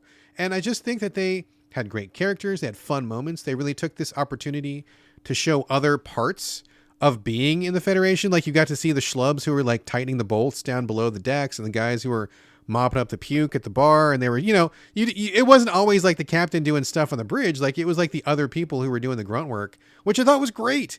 And we got to see some really cool locales. It was a cool story that actually tied back into one of the earlier actual Next Generation episodes. If you've seen season 1 of Star Trek, there's a very like direct connection to one of those episodes. So I just thought everything about it was great. I love the choices. I love the characters. I love the adventure that we went on. I just was like, oh my God, I'm just watching more Star Trek. This is great. They totally have nailed this. And I loved it. So if you are a Star Trek fan, you gotta play this. It's the best thing ever. Yeah, you do, because it made you like go back and watch the show. I remember absolutely did. I restarted watching Next Generation because I like this game so much. Nice. All right. Star Trek Resurgence was my number 6. Now we are now halfway through, Carlos, halfway through the last year. We are in not quite the home stretch, but we're getting there. Carlos, number 5 of 2023. What is your number 5, sir? Oh my goodness. Yeah, this is it, because it's the top 5. Top 5. This was another surprise for everybody and their mother. My mom especially, because she doesn't play games. She just like, what are they even talking about? Who's Carlos? What's going on? What's a game? Podcast. Kind of. So this is a game. I'm going to give you a little hint. Okay. This is a game I'm going to play right after this podcast. Okay. That's why it's on the list. Okay. I'm playing it now. Okay. I haven't beaten it, which is a thing weird, because normally if you have to, I like having beaten games. I do too, but not required. Yeah, not required. And it came out quite a while ago. Really? Before 2023? Yes. Okay. But it's being supported right now as we speak with new DLC and store stuff and, little things. Holiday stuff or whatever. Is this like that EverQuest or whatever? Or no? No. RuneQuest or whatever? RuneScape? No. I don't know. Whatever. No, not that. No. The Division 2. Oh, the Division 2. Wow, that's out of nowhere. I've been texting you about it. I've been playing it. It's been my entire life. We both played Division 1. We enjoyed it. I love Division 1. Talked about it on the show. Yeah. I beat it. I did too. Both of us played, I think, PvP as well, which I don't ever do in those games. Not a fan, but I did like playing with friends. They built a beautiful world, New York City, and the snow and all that stuff. It's just amazing. I went back to it recently for some footage for Glitch of the Ground. And after I did that, I was like, wait, the Division 2 was made, and I played it, but I never beat it. So I went to it just to see. Mm-hmm. And I played, I guess, only 6 or 7 hours of it. Yeah. I think I might have bounced a long time ago because I was burnt out because we both, went through the Division 1. And, I exhaustively was playing that game. Same. Yeah, right. So, now it's fresh again to me. And what the team, Massive is the developers, what they did so beautifully with 1 and 2 is the world building is literally unbeatable. Okay? Really? It is unbeatable. I am Mr. Open World. And this game, I took a lot of like videos of it, is what the day before wanted to be. It's what a lot of games probably aspire to be. It's perfect example of what you say. Many, many years later, the game's done. Yeah. Yeah. It's always better later. This is many years later. I think it came out 2018 or 20. I forgot when it comes out. A while ago. Yeah. A long time. And it is like the weather systems in this game. I was playing last night, just random weather happens, and a thunderstorm happened. I have the headphones on. The thunder sounds 100% real. Rain comes in on sideways. All the enemy AI is smart as fuck. They what's it called? They flank you. And, yeah. And even though it's difficult, you can kind of knock down the difficulty a little, and there's so much precision and accessibility with like menus and how you use your guns and auto assist aim or not. And then just again, the world itself, everything feels like it was a real place. Now there's not many people and there's only like a few enemies in areas. There's wildlife and stuff like that. But that's the first part. It's such a realized world. And then any little mission you go on, last night I was in a museum of Native Americans, and I was just hitting buttons, like learning about Native Americans in this huge museum. And it all taught me stuff, and then one was NASA, and you're like learning about the astronauts, but then you're also fighting, Right. Ubisoft does love that information ad. They do that in a lot of games. Yeah. But it's so fully realized, and it just feels like every little corner that you go into. I remember hearing you and Corey actually talk about this because I went back to listen. Oh, did you really? Yeah, and you said this exact thing. You said like every little area you're in feels like it was a place, or maybe Corey said that. But yeah, it's just, okay, so that's one thing, the environment. And the second thing is obviously the shooting and the loot and the loop itself. It's just so satisfying. All the sounds, all the, it's challenging, but when you overcome, you feel so good. The bosses have a lot of armor, which is not realistic, but it still feels good. And that loop is undeniable.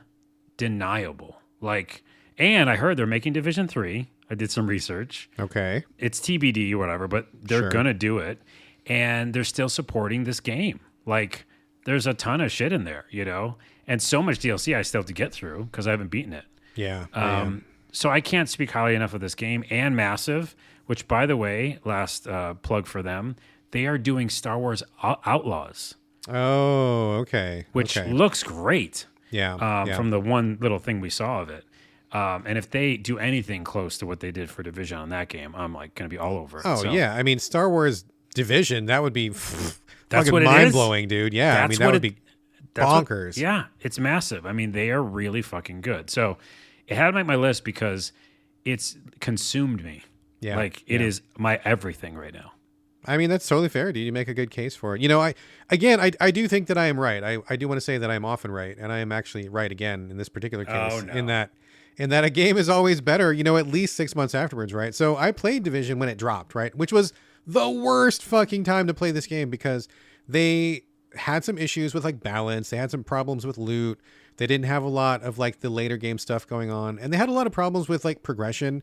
They didn't figure out what players were supposed to do some of these late game quests and stuff. You could see they were still kind of working on it in real time.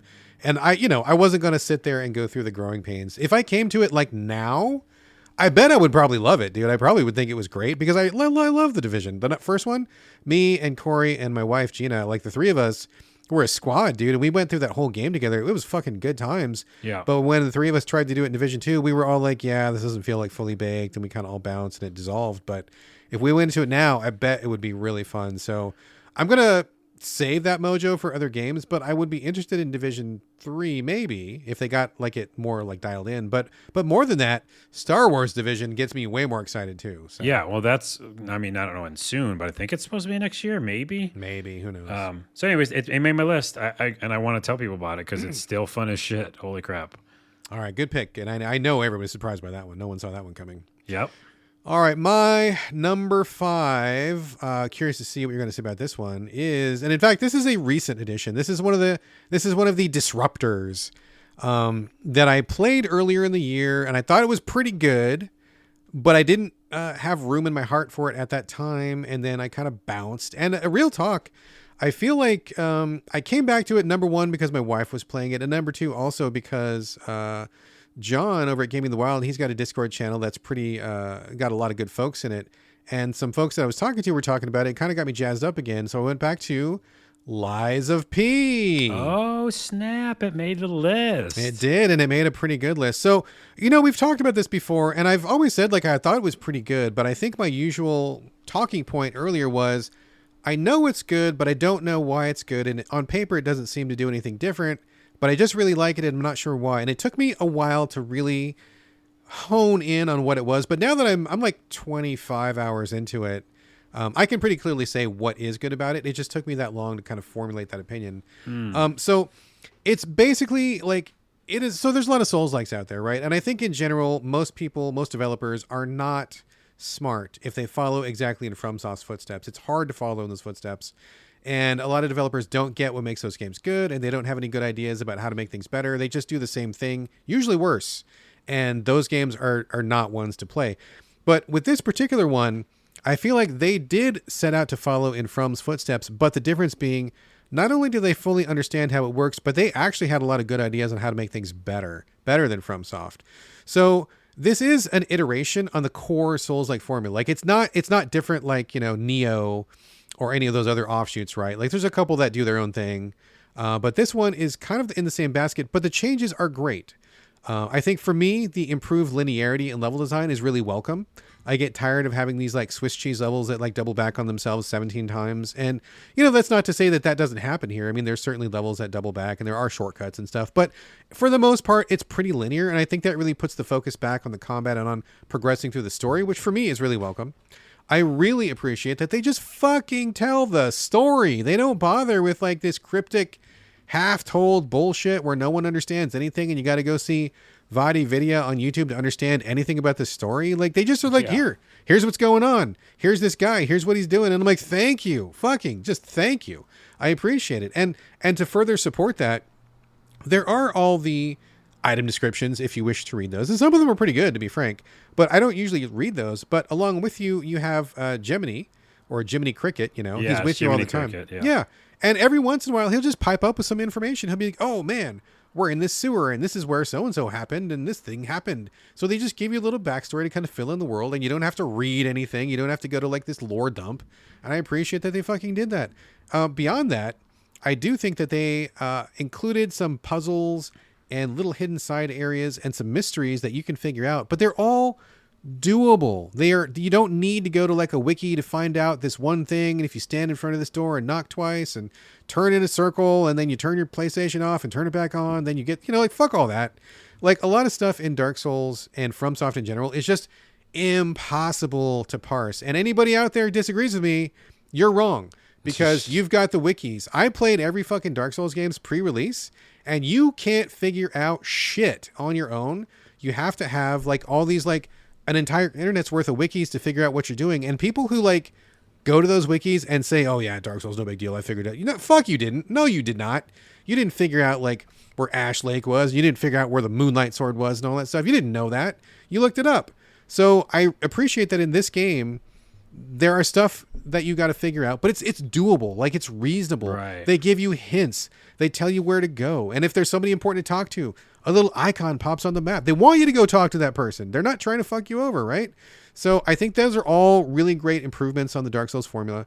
Aesthetics, great. Style is great. Music is fucking through the roof. I'm going to actually buy the soundtrack. The soundtrack is fucking bananas in this game. Controls are tight. And I also really like the flexibility in terms of there's a respec that's basically infinite. I mean, there's a little bit of a limit on it, but basically it's effectively infinite. And I like the weapon system where most weapons you can disassemble. So if you like a particular weapon, but you want it to move differently, you can change the handle and then like a knife becomes a spear or an axe becomes a hammer or a sword becomes an axe. Like you can kind of change things up to fit your own playstyle, which I think is great. And they give you lots of material upgrades. So you don't feel married to one game or, one weapon like you usually do in Souls where you're like, oh, I can't use my upgrades because I don't know when's the next one I'm going to get. And I got to be real careful. I can't spread my upgrades too thin because I'm going to be too weak for the end game. They're like, nah, Fuck Yeah. it. Just play with these weapons, mix them around, do them. And I fucking appreciate that so much. So they take the traditional Souls approach, but not only do they nail all the elements, sound, graphics, control, and music, but they actually make smart choices which improve the whole genre as a whole. And I think FromSoft should really pay attention to what they've done here. I think this is a genuine step forward in many ways. And I just really am having a great time with it. Like I said, I'm about 25-ish hours into it. I'm going to do my best to finish. I suspect I haven't finished it yet. I'm like in chapter 8 out of 10 or 11. I'm near the end. I suspect that difficulty may be an issue because they've already put out one patch making the game easier. And I just talked to Mike Susky, Game Critics writer. He just finished it like 2 days ago. And he was like, oh, shit, bro, you better watch out for that last boss. And I'm like, oh, no. Because if Mike has a hard time, I know I'm going to have a hard time because he's better than I am. But regardless, we'll see about that when I get there. But even if I don't finish the game, even if it is too hard, it doesn't matter because what they've done already is so significant that I really do need to celebrate them and bring it to people's attention. And this is not just another Souls-like. It's a Souls-like that really takes steps forward. Yeah, and I heard a lot of like streamlining, and also, to me, it feels like Bloodborne. In that way, because I played it too, and I went back to it as well, and I found a lot of fun in it. I think it's still the difficulty spikes get too high for me. There personally. are some big ones, yeah, there are. But other than that, a lot of what you said I agree with. It's not on my list, but it's very good, and I like a lot of things they did with it, with the Souls-likes. All right, there you go. My number 5, Lies of P. We are now number 4. Carlos, your number 4 of 2023. What is it, sir? It's a big game, and I'm not going to say much about it because everybody said everything about it, but Baldur's Gate 3. Baldur's Gate 3, not a surprise. I would have been surprised if it wasn't on your list because you really liked it. Yeah, and it could, there's a world where that's number 2 or 1 or something, but I'm not normal. I've done a weird thing at the top of my list. Baldur's Gate 3, it's an incredible thing, incredible experience. Not only is it just a fun turn-based, AD&D based RPG that's from the developers Divinity Original Sin. So anybody who liked those games would like this game. But because of all the different choices you can make, the ways you can play it, it was one of those games that consumed me. Like, you hear this all the time, but people like just played the first chapter for like 40 hours. Right. Because you can go here and there and maybe, kill someone you weren't supposed to. And of course, I got a lot of great content out of it because I did things a lot of ways people didn't. Like the very first battle, there's an epic battle going on. And one of the main characters that you're supposed to recruit is in there. And I just left them to fight their own battle. And I was like, I remember you this. guys. Yes, I remember this. Yep. And when I came back, they were all dead, including one of the characters I was supposed to recruit. And so that character, I just took his armor. And that's my story, Right. So, it's amazing. It's like fucking amazing. I had to like go and play it on the PS5 after. It did get ported over there. Yeah. Because my PC was just really having a hard time with it because it's a huge game. Okay. But it's so awesome on what they've accomplished that it has to be on my list. Right on. Yeah, I'm looking forward to playing that. I think I have it on. I think I bought it on an Xbox, I believe. Okay. So I'm looking forward to. I mean, I'm sure I'm gonna love it. I mean, Larian. I've played a lot of their games. They make great quality games. I'm expecting good things out of this one. So. Yeah, you'll love it. Yeah, I'm sure I will. All right. My number 4 of 2023. Goodbye Volcano High. Oh, I could see that. Yep. That tracks. I love this game. Yep. It's cartoonish visual. I mean, it looks like you're playing a literal cartoon. The presentation is just through the roof on this one. I think the graphics are amazing. I think the character design is amazing. I'm not a furry. I don't swing that way. And that's one of the reasons why I kind of stayed away from this game at first, because I was like, I just not my jam. Not, if you are, cool, no judgment or anything, but it's just not my flavor. But I kept hearing good things about it, and I'm pretty sure the developers sent us a code, just like, here, take one, please. And I did, and I'm like, oh shit, this is actually brilliant shit. It's about a teen group of anthropomorphic dinosaurs who are going through, the usual teen stuff like life and love and who am I and who am I gonna become. And I know that you and I both have said that a lot of times we don't like cotton to that anymore because it's just kind of been there, done that. But I think the thing that really sells it this time and what really connected with me was, number one, I think the writing is outstanding. I think it's really real. It feels like these are real people. It feels like these are people I could have been hanging out with in high school. Like the archetypes and the sentiment and the attitudes. These are all things that felt really genuine to me. And I know it's hard to reach that kind of level of authenticity, but like I was just playing along and I'm like, yep, that tracks. This all makes sense to me. The graphics were amazing. Music was amazing. This is another one where I want to buy the soundtrack to it. I probably will. But beyond that, the thing that really pushed it over the top and that what really, really sold this to me was, I don't think it's much of a spoiler to say that the big, hook of this game, the story hook anyway, is, as I said, these are dinosaurs, and the comet that, theoretically killed all life on Earth and extincted the dinosaurs is on its way. They can see it in the sky. They're aware of it. And so it becomes more than just a teen drama. It becomes, how do you live life when you know disaster is coming, which, spoiler, I think that's something we need to be asking ourselves right now in real life outside of this podcast. We don't need to get into that, but I think there's a lot of things that really bear some thinking through in the same way that these dinosaur teens were thinking through their meteor. Like, do you ignore it? Do you fall into a pile? Do you try to do the best you can? Do you make a plan? Like, what do you do? How do you put one foot in front of the other on a daily basis when you know this thing is literally over your head, getting closer every day? That's real shit, dude. That is real shit. Yeah. And I was really impressed that they approached it, that they handled it, especially now of all times when that is so applicable to our real life in so many ways. So I think on many levels, this was like a brave game and a really touching game and a real game. And it just really connected to me on basically every level. Like, outstanding stuff. It kind of reminds me of Carol and the End of the World, which I highly recommend. It's on my list. It's on my list. And also Don't Look Up, which came out this year, maybe? Yeah, earlier this year it did. Yeah, which is the same kind of thing. Like, think about what your life is. Cool. I can see that making sense. And on your list, I still haven't played it, which makes me feel like a bad person now. So I have to play it. You got to play it, dude. It's a short play. It's not that long. It's definitely worth it. So. All right. All right. We are now in the home stretch. We are in the top 3, the creme de la creme, the best stuff that we played this year. This is the king or the queen or the non-binary ruler, whatever, emperor of your flavor, anybody, anything is good. This is the best. So Carlos, number 3 of 2023 for you, sir. What is your number 3? Good golly. This is a disruptor. This is a surpriser. Oh, shit. This is a big one to make the top 3 too. But again, we talked about it has to be a game we just played this year. They came out this year. Very true. Very true. Here's another hint. The definitive edition came out in 2020. So that's how old this game is. Okay. The original edition probably came out way before that. Like way before that. Huh. And this game is Mafia 1. Oh, jeez. All right. I know you love this one, dude. You were raving about it on the podcast. Let me explain. I mean, okay. Yeah, go for it. I played all the Mafia games. I love them all. 2 is a little rough at times. But 1 got the true definitive edition. I texted you this year about it a lot. Yes. And the graphics are spot on for 2020 or 2021. Like, they're pretty damn good graphics. And this game is ancient. We could look it up, but like 2008. It's real early, dude. It's very early. Yeah, a while ago. So the point is, it looks way better. At times, it looks stunning.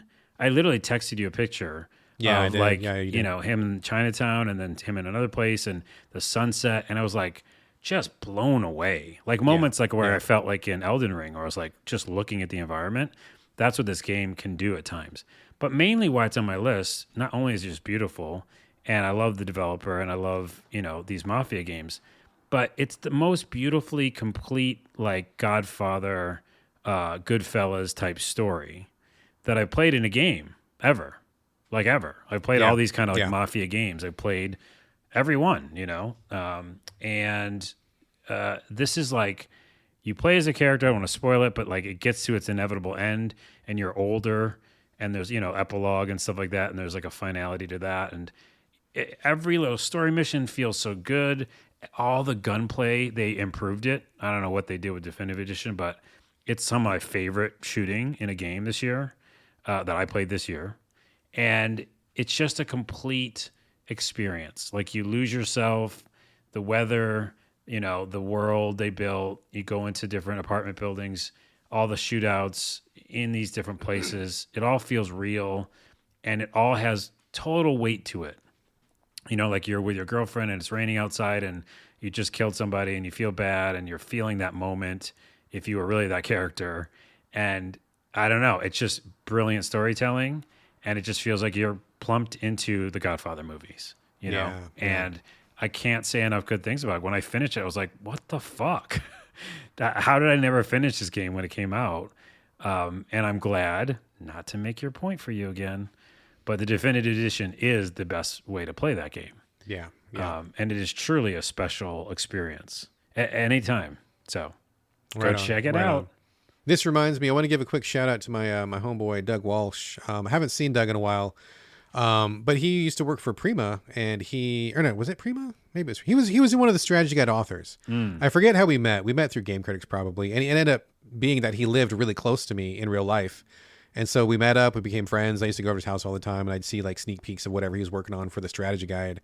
And he did the Mafia games. And I remember him like raving about them back in the day, like the older versions, right? So you talking about this has reminded me of those times when I would hang out with Doug, and he's a good guy. He probably doesn't listen to the podcast. If he does, what's up, Doug?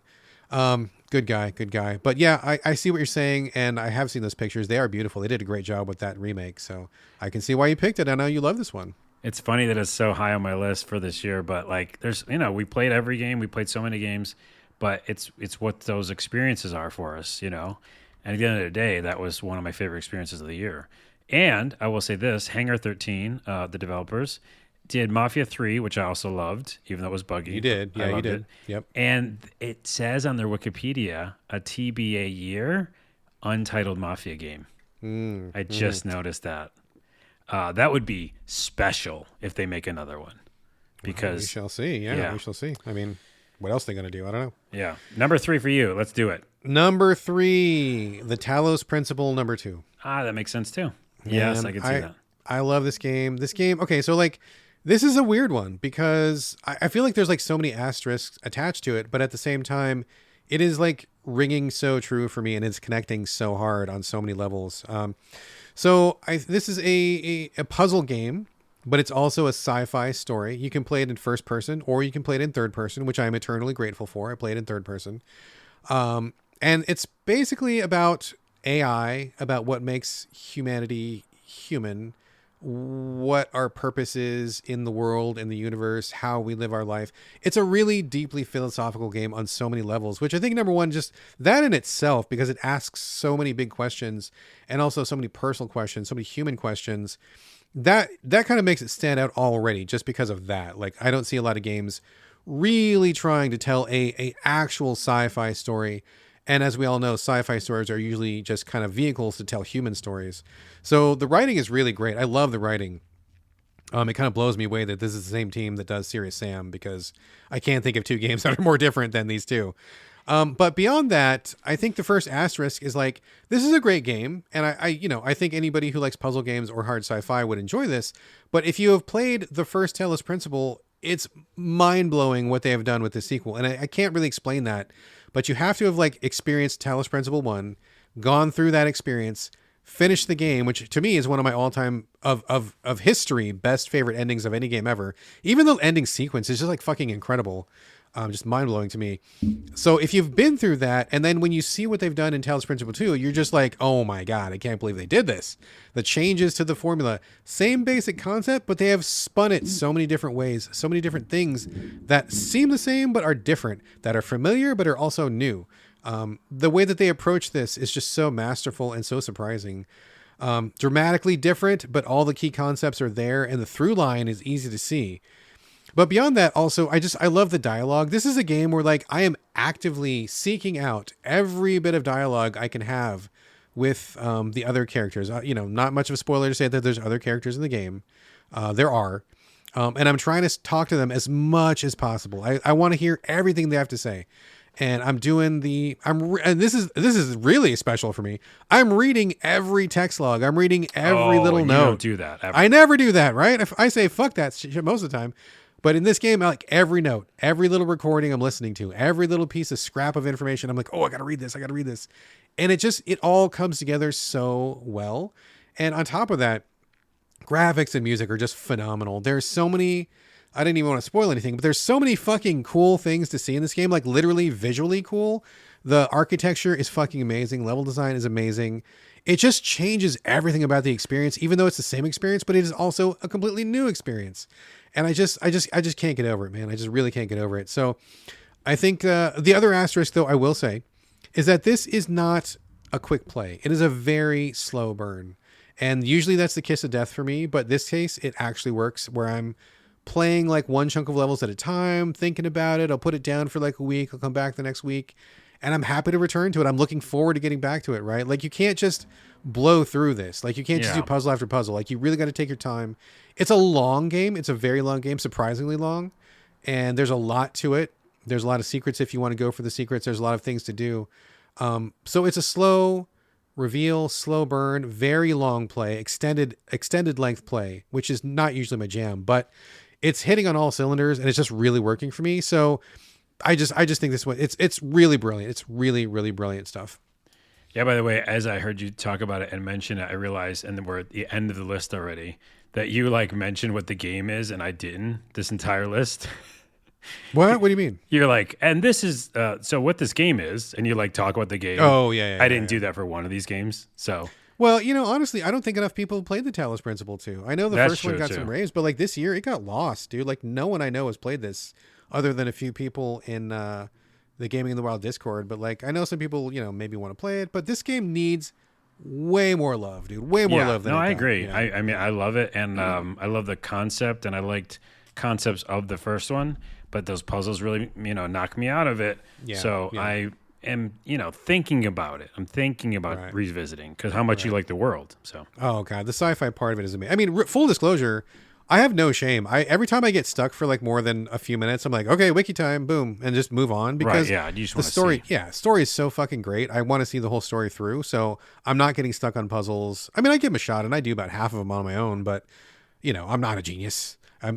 It takes like a whole team to make these puzzles, and I'm just one person, so I can't outmatch that brain power. But it's good stuff, and I think it's worth seeing just for the story itself, if not the puzzles. So, all right, check it out. Check it out. All right, we are almost done here. Top two. The top two. Carlos, what is your second favorite game of 2023? What is your number two, sir? Easily. These two are kind of not disruptors at all. And I'll tell you what the game is like this time. No, I won't. Diablo 4. Really? Diablo 4? Okay. All right. Okay, so here's the reasons. I did mention on the show many times. Many times. Played and beat the campaign. Loved the campaign. The best graphics in any Diablo game ever. I played all of them. And, Diablo 3 was very fun and addictive, but it was very arcadey almost in a way, or like gamey in its graphics. And this were like super realistic. And you start the game in the snow. And the lighting is so good. And the campaign, like I think I told you, if you just focus on the campaign and you just go for that, it's like pretty streamlined and pretty impressive. And the visual cutscenes are like out of this world, right? Like just incredible graphics in some of these graphics and stuff like that. So just the whole overall main campaign was so fun and good and just my favorite Diablo experience. So that has to put it high on any list. But because you can keep going and you can keep not just grinding, but like, they did have seasons and there's the second season now. The seasons are okay. And even with, like you said, even with some faults for some of these games, they did a really bad patch and they fucked everybody over and it made all the power really like shitty and everybody kind of got depowered. Then they fixed it. They kind of like went back and repaired it. But yeah, they kept iterating on it, and it always was fun to be in that world. Similar to Diablo 3, where I think I played 300 hours or something of that game. It's that thing where it just gets in your mind, and you're like, well, I could just go fuck around for a little while. And it is also one of the only Diablos where I enjoy making new characters, and I really did have fun being a rogue this time and, going on that build. And I think the Paragon board is really fun and inventive when it comes to the upgrades. It's just an immersive thing that literally took up, I think it's 200 hours, I think, on it for this year. Wow. Yeah. That's crazy. I remember reading the list on the top PlayStation games. It was up there, at least 100 plus. I know that. Wow, that's nuts, man. Yeah, Diablo 4. I know you loved it. What this game is, it's isometric RPG. No, I mean, everybody knows what it is. I think everybody knows what Diablo is. It's just so was so addictive, and I'll always kind of go back to it. Like, there's no reason now that I own it. They just keep adding shit. So Yeah. there's the thing you get in the mood for, and that scratches that itch. There's few games that do that. Where like, no, that's the thing. Yeah, I can say if I'm feeling that way, it's Diablo 4. I mean, this is the thing that kind of like created the itch too. If you want to talk about like dungeon crawling loot games, so I mean, kind of where it started right here. People are going to say who listen to this Path of Exile as well. I don't like the first one, but I'm very interested in the second one. So that might scratch that itch too. But yes, it is definitely number 2 because I played a fuck ton this year of it and just thoroughly enjoyed the world they built and the campaign, which I don't think people talk about enough, but it's really impressive. That makes sense. I know you love this game, and this is definitely like a Carlos-ass game. This It's is a like Carlos-ass checks game. Yep. all your boxes, dude. Yeah, for sure. All right, my number 2 for 2023, Dredge on the Switch. All of yours kind of makes sense. I don't mean that in a bad way, but like you say it, and I'm not amazed. I'm not shocked. These are all Brad ass games. These are Brad ass games. Yeah. Even the first one. And by the way, we're not going to have any on the same list, right? Yeah, I don't think so. I think this is the first time we don't even have one in common, man. Oh my goodness. Sure. Okay. So Dredge, I love Dredge so much. It was one of those like there was this weird period where a lot of people were coming out with like Lovecraft themed fishing games. I know that sounds really strange, but there was like a couple months where like 3 or 4 of them came out all in a row. And there was like, man, I hope one of these clicks. None of them clicked. And Dredge was the very last one to come out. And I'm like, man, I hope this is it. Because that seems like a natural fit to me. Like, I think that's a thing that would really work. And it was. Everything came together in Dredge. I feel like it was so smooth, like completely frictionless experience. Like everything about it was like, everything worked just like you wanted it to work. Everything was where it should be. It paced itself the way that you wanted it to be paced. I think the fishing, which could have gotten really boring and repetitive, never got boring and repetitive because it was just so easy and simple to do and fun. And selling the fish was like no big deal. And upgrading your ship was like no big deal. And I say this like in a good way. Like, I'm not saying that this was easy. I'm sure it was very difficult to like file off all these rough edges. But the developers were really smart, and I believe they're a small team, indie team, I think 3 or 4 people, something like that. And they did like an amazing job. Like, I mean, just the graphics were great. The tone was great. The incorporation of insanity effects, which is, of course, appropriate for a Lovecraft game, were great. I mean, you were always in your boat, and that could have got old after a while, but it never got old. And just like everything about it, there was always something neat to see, always something to discover. There was always some kind of cool little thing that would happen. And I feel like the real cherry on top of this sundae, the real pièce de résistance, was the ending. Like, it was pitch perfect, exactly what it should have been for a Lovecraft game. Like, they get it, man. This was another one of those games where like they fucking get it. They know what it's about. They get the vibe. They know what they're supposed to do. They know their job. They accomplish it. They achieve, and they got in and out and did the whole thing. And it was just like, I mean, just from start to finish, it was just pure pleasure to play, even for a spooky Lovecraft game. And it was just, man, so many great choices, so many smart choices. And it was so doable. Like, it didn't take 100 hours to play or anything. And it worked great on the Switch. Just everything about it was just like on point and so good. I just had the best time with Dredge. I could not put it down once I started playing it. And 1,000 people agree with you because it is on a ton of lists, I think. Yeah. Deservedly so. Deservedly so. So that and Venba and Volcano High, I need to play all 3. You got to play all those. Yep. You would love all those. I bet you will really have a good time with all those for sure. For sure. Okay. All right. This is it. Here we go. This is it. We are to the top game of 2023 for me and for you, Carlos. Boy, this is it. The big one. The big cheese. The big enchilada. The top dog. I am very curious to see what you have chosen. I'm sure you are very curious because we do not know what we're going to pick. And I know for a fact we have not chosen the same game. I know that. 100%. I'd bet $1 million on that. Yeah. So, Carlos, let's end the suspense right here and right now. Tell us, sir, what is your top game numero uno for 2023? I can't, of course, just say it. Asterix. Asterix is, I kind of wish it was a different game. What? What do you mean? I'll tell you why. I feel like as I looked at my list this year, this is why it's an asterisk. It wouldn't be an episode of So Videogames if I didn't do a tangent.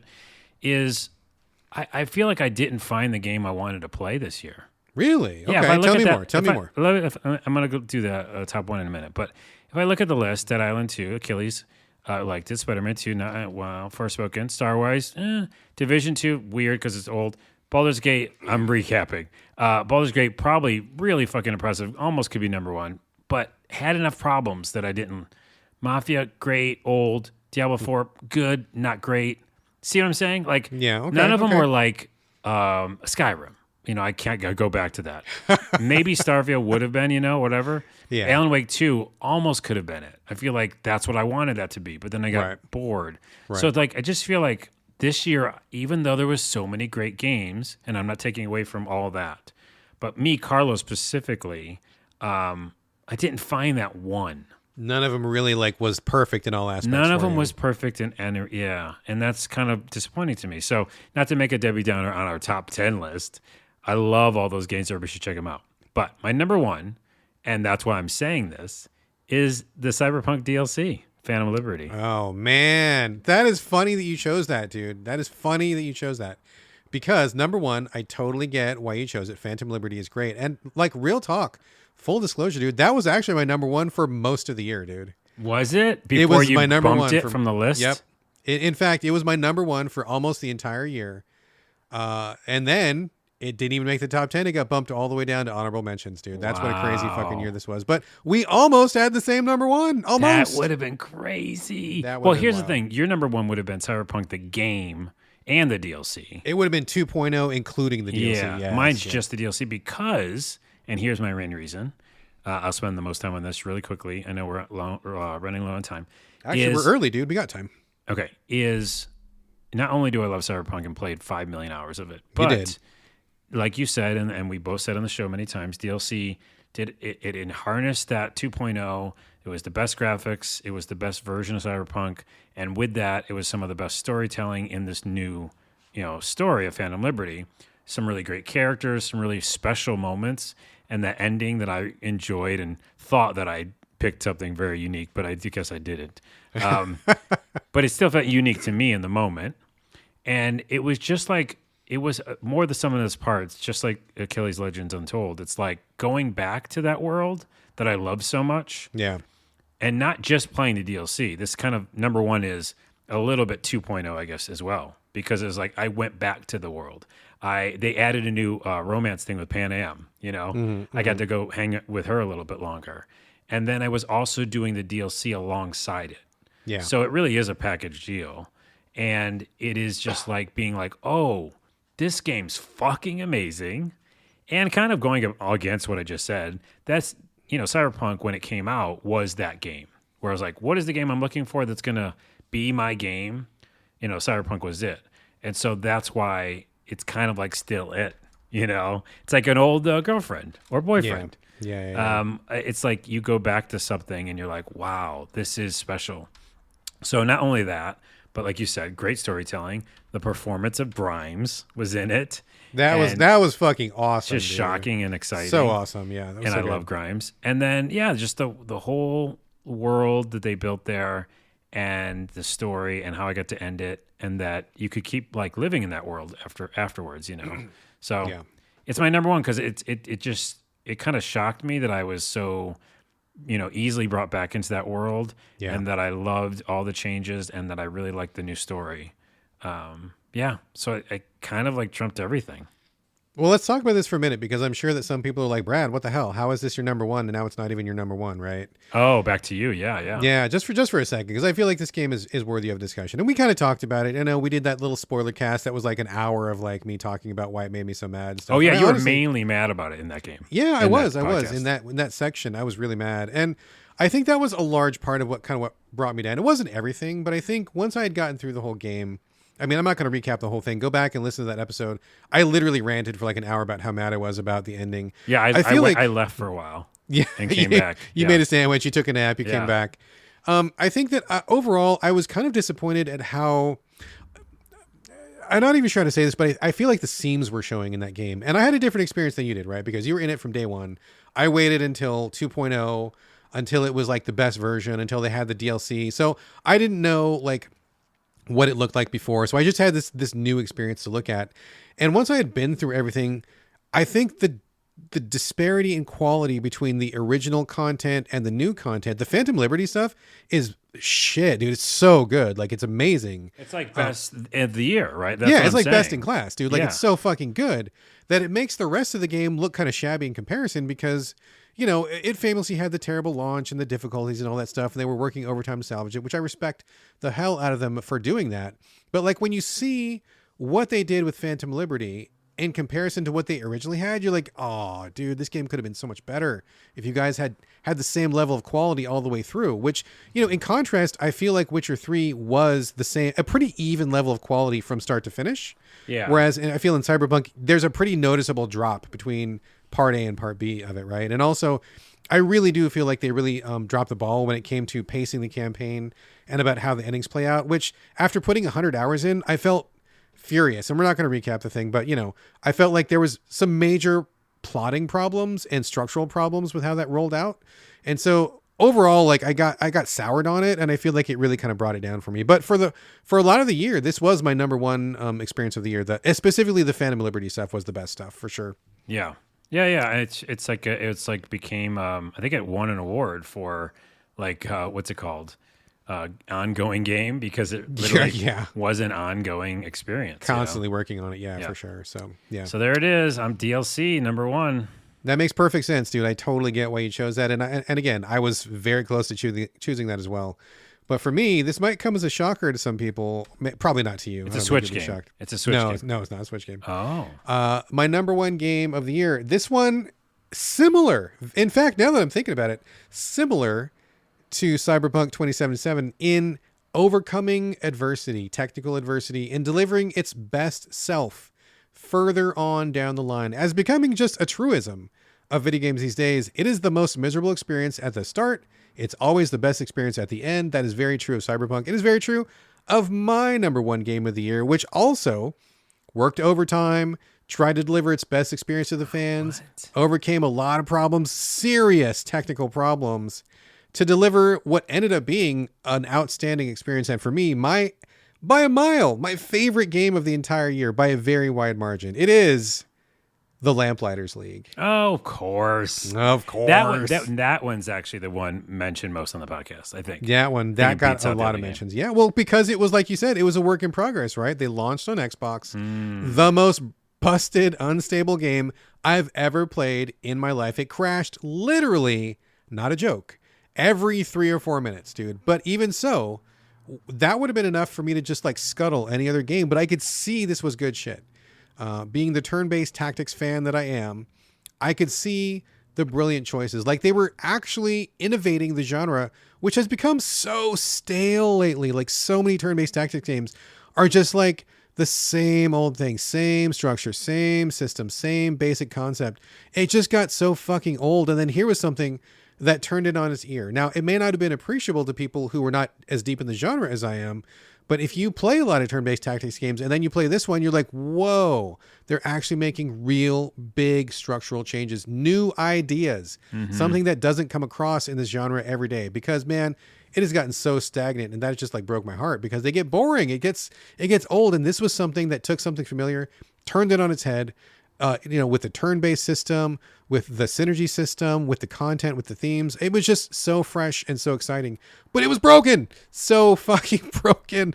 It made me cry. It made my heart break, but I hung in there. You persevered because, again, you saw what was in there. I could see how good it was, dude. And it wasn't a problem with the design. It wasn't a problem with the gameplay. It was a problem simply with how much memory was allotted to the Xbox. A very stupid problem to have, and it just was so big, such a big issue. But the developers persevered. They kept on. They heard the fans. They were working on it, and by the time that they put out the quote unquote the final patch, which is actually what it's called, they fixed it. At least on Xbox X, it ran perfectly.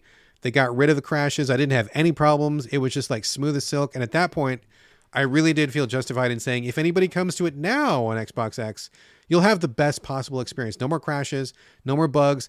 They added content, which was even better than it already was. They added a couple new characters, which are great, but they also added like new gameplay elements that weren't there before. New stuff that happens at the hub, and like, it was all good. Like, it's just the best. So I love the genre. Turn-based tactics, one of my favorite genres. I love this game because it really does bring something fresh and new to the table. I thought the writing was outstanding. I love the characters. I love the theme, the 30s adventure serial theme, which is not something we get that often. I thought they fucking nailed it. Graphics were great. Like the bad guys were great. Like everything about this game was just phenomenal. Some of the choices, some of the different things you could do. There was even a little bit of roguelike elements in there as well. Everything about this game, if you like turn-based tactics, was great. I love turn-based tactics, and this is just like the end-all, be-all for me. I was just like a pig in shit with this one, dude. I was rolling around. I was loving every minute of it, and when they finally fixed it, I could not have been happier. I was able to roll credits. I was able to get all the way through it. I even messed around a little bit with some of the other characters. It was just fucking perfect. I just love this game so much. The Lamplighters League was like the end-all, be-all for me this year. Bro, we had the same number one. Similar concept. It really is. It really is. Yeah. We Games both stuck overcoming with the diversity. game. Yep. And then the ending was what we liked. Like, it's the same number one.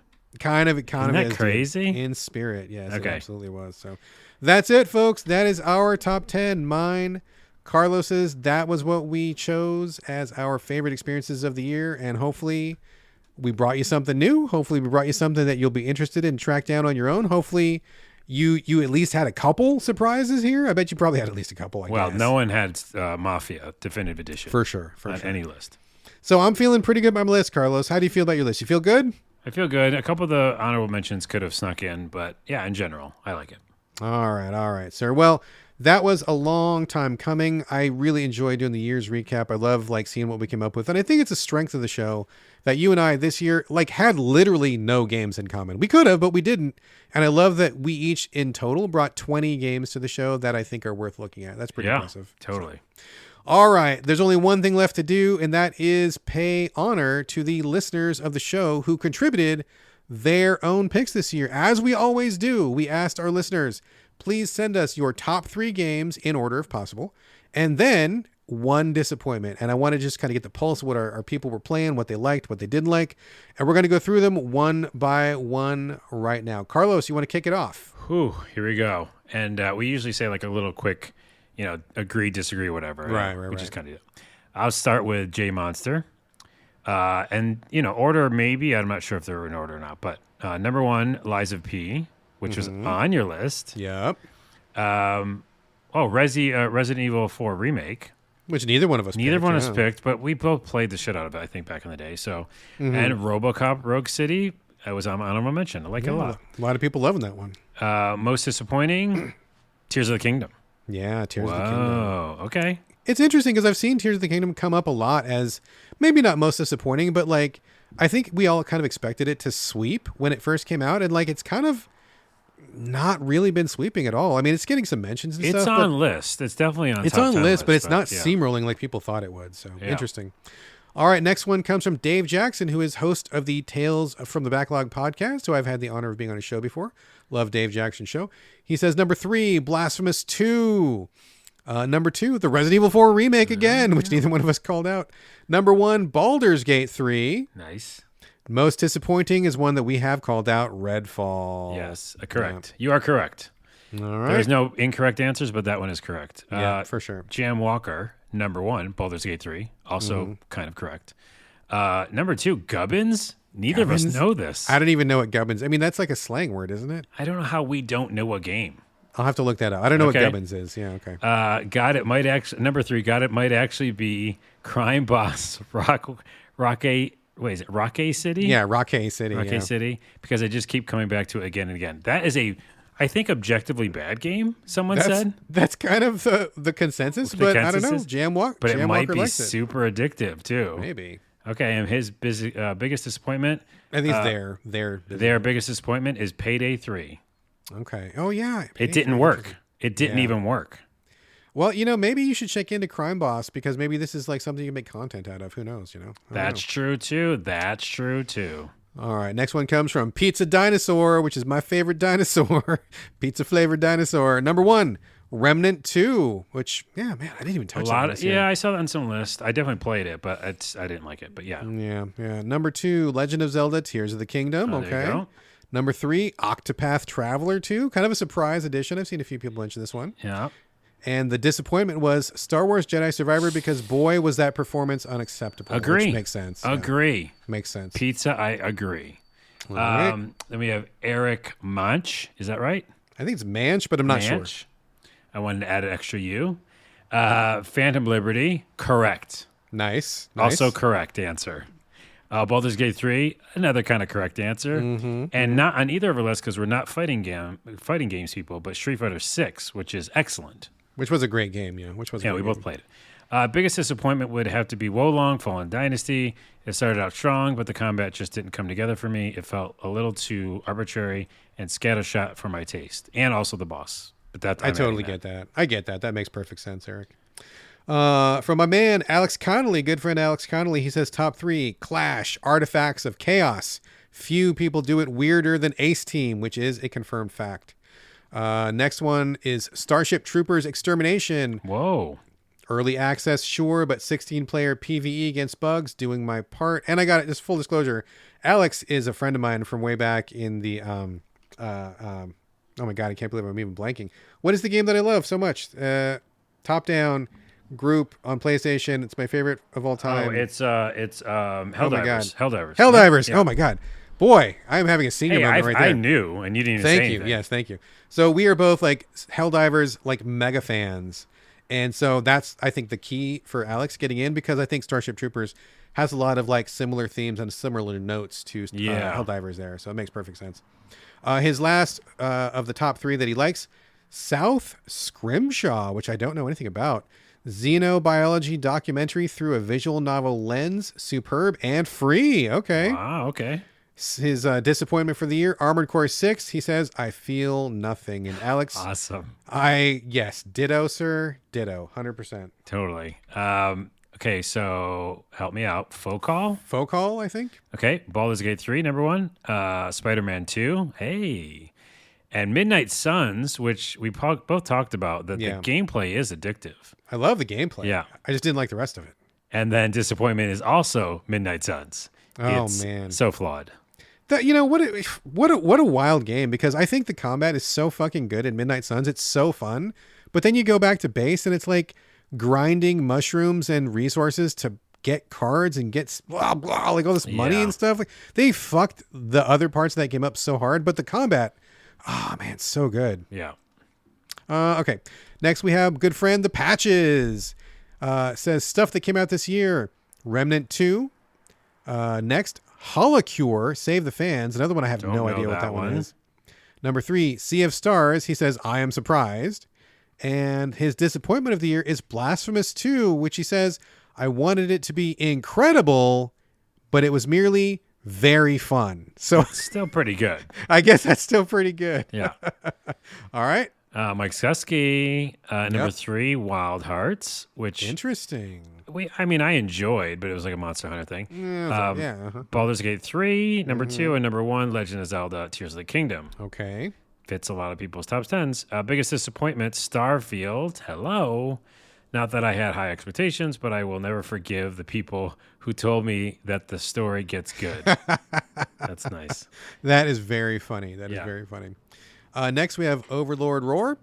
They say, number 1, Baldur's Gate 3. Number 2, Jagged Alliance 3. And number 3, Wolong. These are their top 3. Disappointment, Tears of the Kingdom. Not because of the game, though.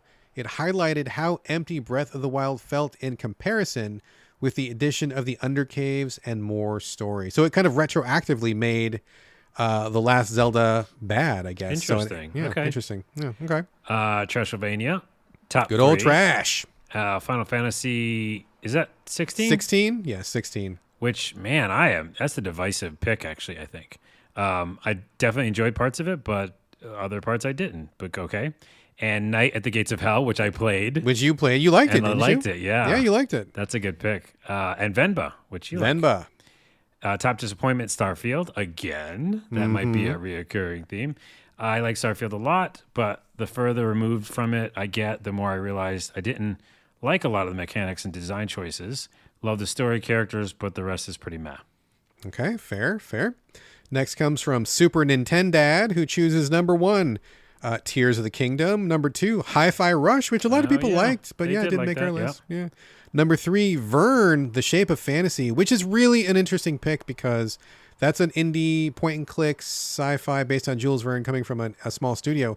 Man, they were pushing so hard to get anybody at Game Critics to review that. And like nobody wanted to review it. And I didn't want to take it on either. So I guess I'm just as guilty. But a lot of people said they ended up really liking it, especially if you like Jules Verne and that kind of stuff, classic sci-fi. So good pick, Super Nintendo. And the disappointment says, I'm sad to say it, but my biggest disappointment of the year is Mineko's Night Market. This game was shown off years ago, but launched with poor performance on both Switch and PC. So I have to agree with them because basically I was waiting for that for a long time. Yeah, I remember that. Yeah. And it wasn't performance for me, though. For me, it was just like the actual gameplay didn't seem interesting. Like I didn't like what I was playing. So that was a disappointment. Okay. McGarnacle. Yep. Shadow Gambit. Hooray. Like Mines. Pikmin 4, not on either of our lists, but a lot of people do like the game. Yeah. Star Ocean Second Story R. I love that game. All right. Metal Gear Solid 2 and 3 on the Switch. These are a disappointment, having reduced frame rate to the other versions on top of the other issues common to other platforms. Interesting. Metal Gear Solid 2. Okay.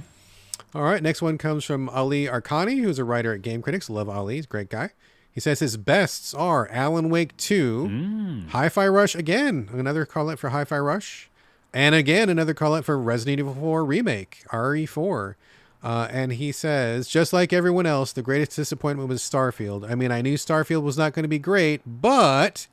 And he put a GIF in here. I can't put the GIF in, but the GIF was basically like, our expectations were low, but holy fuck, which made me really laugh.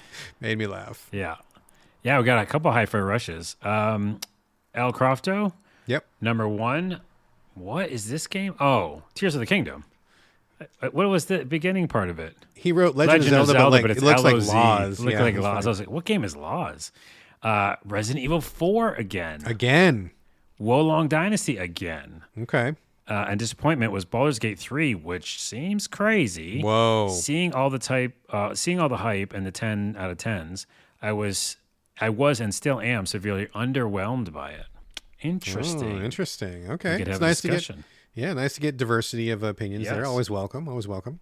Next one comes from Rodham, also known as Darren. What's up, Darren?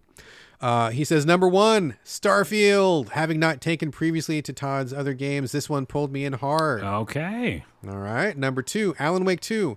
I love Remedy games, so this could only disappoint, but it didn't. Nice. All right. Number 3, Ravenlock, which we haven't really talked much about. I don't think either one of us I did play it. Did you play it? Yeah. Okay. I enjoyed it. Yeah. Okay. He said Ravenlock was a gorgeous little puzzler that charmed me immensely, and his disappointment was Forza Motorsport. I love Forza, so this could only disappoint, and it did. I heard that from a lot of people, actually. Okay. Okay, we got Metal Fish 23. Mm-hmm. Top 3 is Baldur's Gate 3, Star Wars Jedi Survivor, and Final Fantasy 16. Okay. Biggest disappointment, Like a Dragon, Ishin, which is wasn't a remake or a remake? It was like a side story guide or something, wasn't it? Yeah, maybe. I can't believe how bad the story and gameplay is on the game compared to other mainline series. Okay, I didn't even bother. I didn't play that one. Yeah, I didn't. No. Next comes from Zator Nova. Number 1. Oh, these are all ones I don't know. Number 1, Hopeless Junction. Haven't heard of that one. Number 2, Aka R, which I believe is from the same guy that did like Space Llama, Jeff Minter. I think it's one of his games. Okay. Number 3, myhouse.wad, which again, is that porn? I don't know. I don't even know what this is. We'll have to look those up because we'll have to look neither them of up. us played any of those. I love it when people catch us by surprise, though. And the disappointment, Tears of the Kingdom. Okay, yeah, there's a couple that like kind of go back and forth between the best and the worst. Tears of the Kingdom. Oh, okay, so this is Zolbrod. Number 1, Tears of the Kingdom. And I didn't even like Breath of the Wild. That's saying a lot. Xenoblade 3, Future Redeemed. Is that like a DLC? Because did that game come out this year? I think that was DLC, but honestly, I don't follow the Xenoblade series. I think it's DLC because I played that game too and I liked it. But okay. Hi-Fi Rush again. Wow. Again, yeah. Most disappointed, Final Fantasy 16, which now I agree with. Starfield was bad too, but I had no expectations of it in the first place. Smiley face. Let's see. Good friend Andrew Brown, Play Critically, love him, says his top 3 are Tears of the Kingdom, Sea of Stars, and here's one we haven't mentioned yet, Bayonetta Origins, Cereza and the Lost Demon, which was like a huge left turn for that series. It was like a very different kind of game. Did you play it at all? I didn't. Isn't it like the chibi version or something? Yeah. Yeah. Chibi, kind of cartoony. It had a really interesting look to it, kind of painterly style or something. And Andrew's disappointment was Diablo 4. I think that's incorrect, actually. I'm going to go ahead and on record. That's objectively. Now we appreciate everybody is correct. Key Andre Cactus. I think it's Kev Andre Cactus. Okay. My eyes are getting bad. I'm getting old. Number 1, Spider-Man 2. No surprise here. From the beginning of the year, I figured it'd take the top spot. Number 2, I might have to get glasses. Okay, I'm just telling everybody now. I definitely need new glasses myself. I've never had them in my whole life. Never? Yeah, which again, you're lucky. That was sound like humble brag, but now it's like, okay, maybe need something. I'm so jealous of people who don't need glasses, dude. Well, I'm telling you, I might join you. No. Starfield, this one did surprise me. This is a top list. I've never been an Elder Scrolls or Fallout fan, so I'm glad I connected to this game so much. Yeah, so see, it connected with some people, and that's great. Yeah, definitely did. Fire Emblem Engage, not mentioned yet, but is a good turn base. It is. It is bland for sure, but the gameplay rules. So, okay, get it. As for disappointing, the only thing that comes to mind is Eternites, which I was also disappointed. Played. Yeah, you played that one. That could have been in my disappointment list too. I thought it looked like a good Persona, but I had to put it down way quicker than expected. Just wasn't enjoying it all. Me neither. All right. Next we have Narita Boy, a good friend from the Game of the Wild Discord. Number 1, Jusant, which neither one of us mentioned and hasn't really been mentioned up until now. I know that's very popular over on John's channel, though.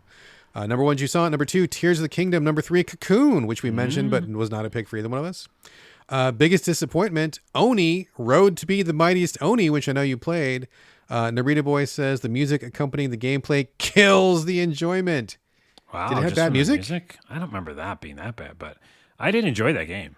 Yeah, I remember you played it. I thought it was pretty positive, I think. Yeah. Okay. Yeah. I know what they're talking about. Like, the music does get fucked up. Oh, that's right. I haven't thought about it since I played it.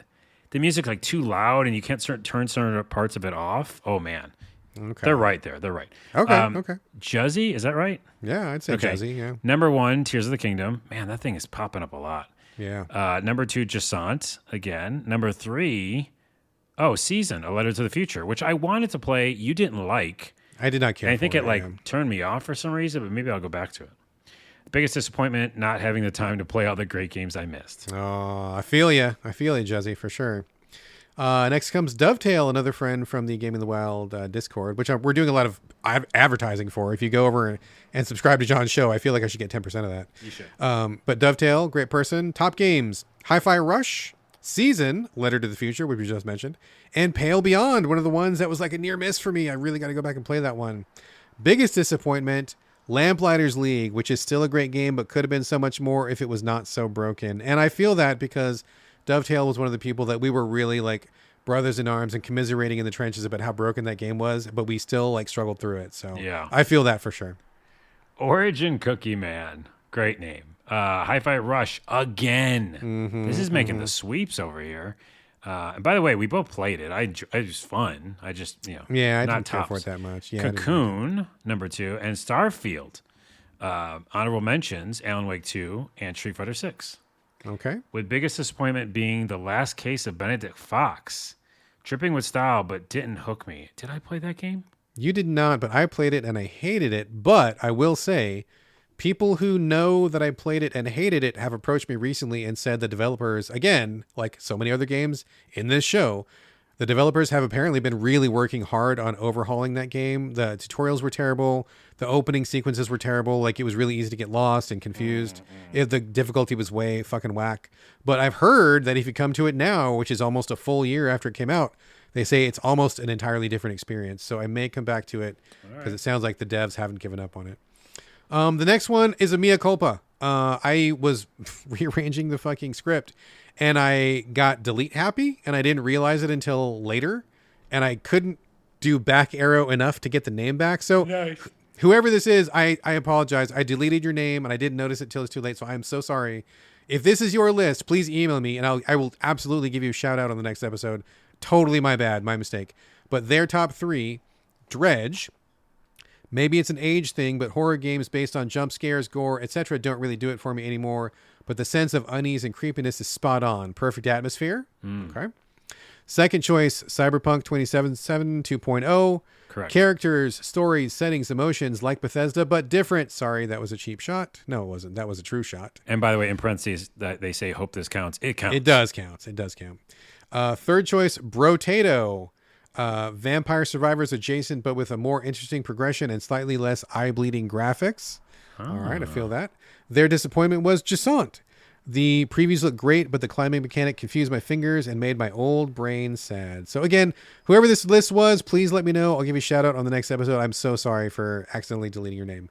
And the final list of the show, it's on you, Carlos. Is it? It's a lot of words. I don't want It is. I just told you my eyes are bad.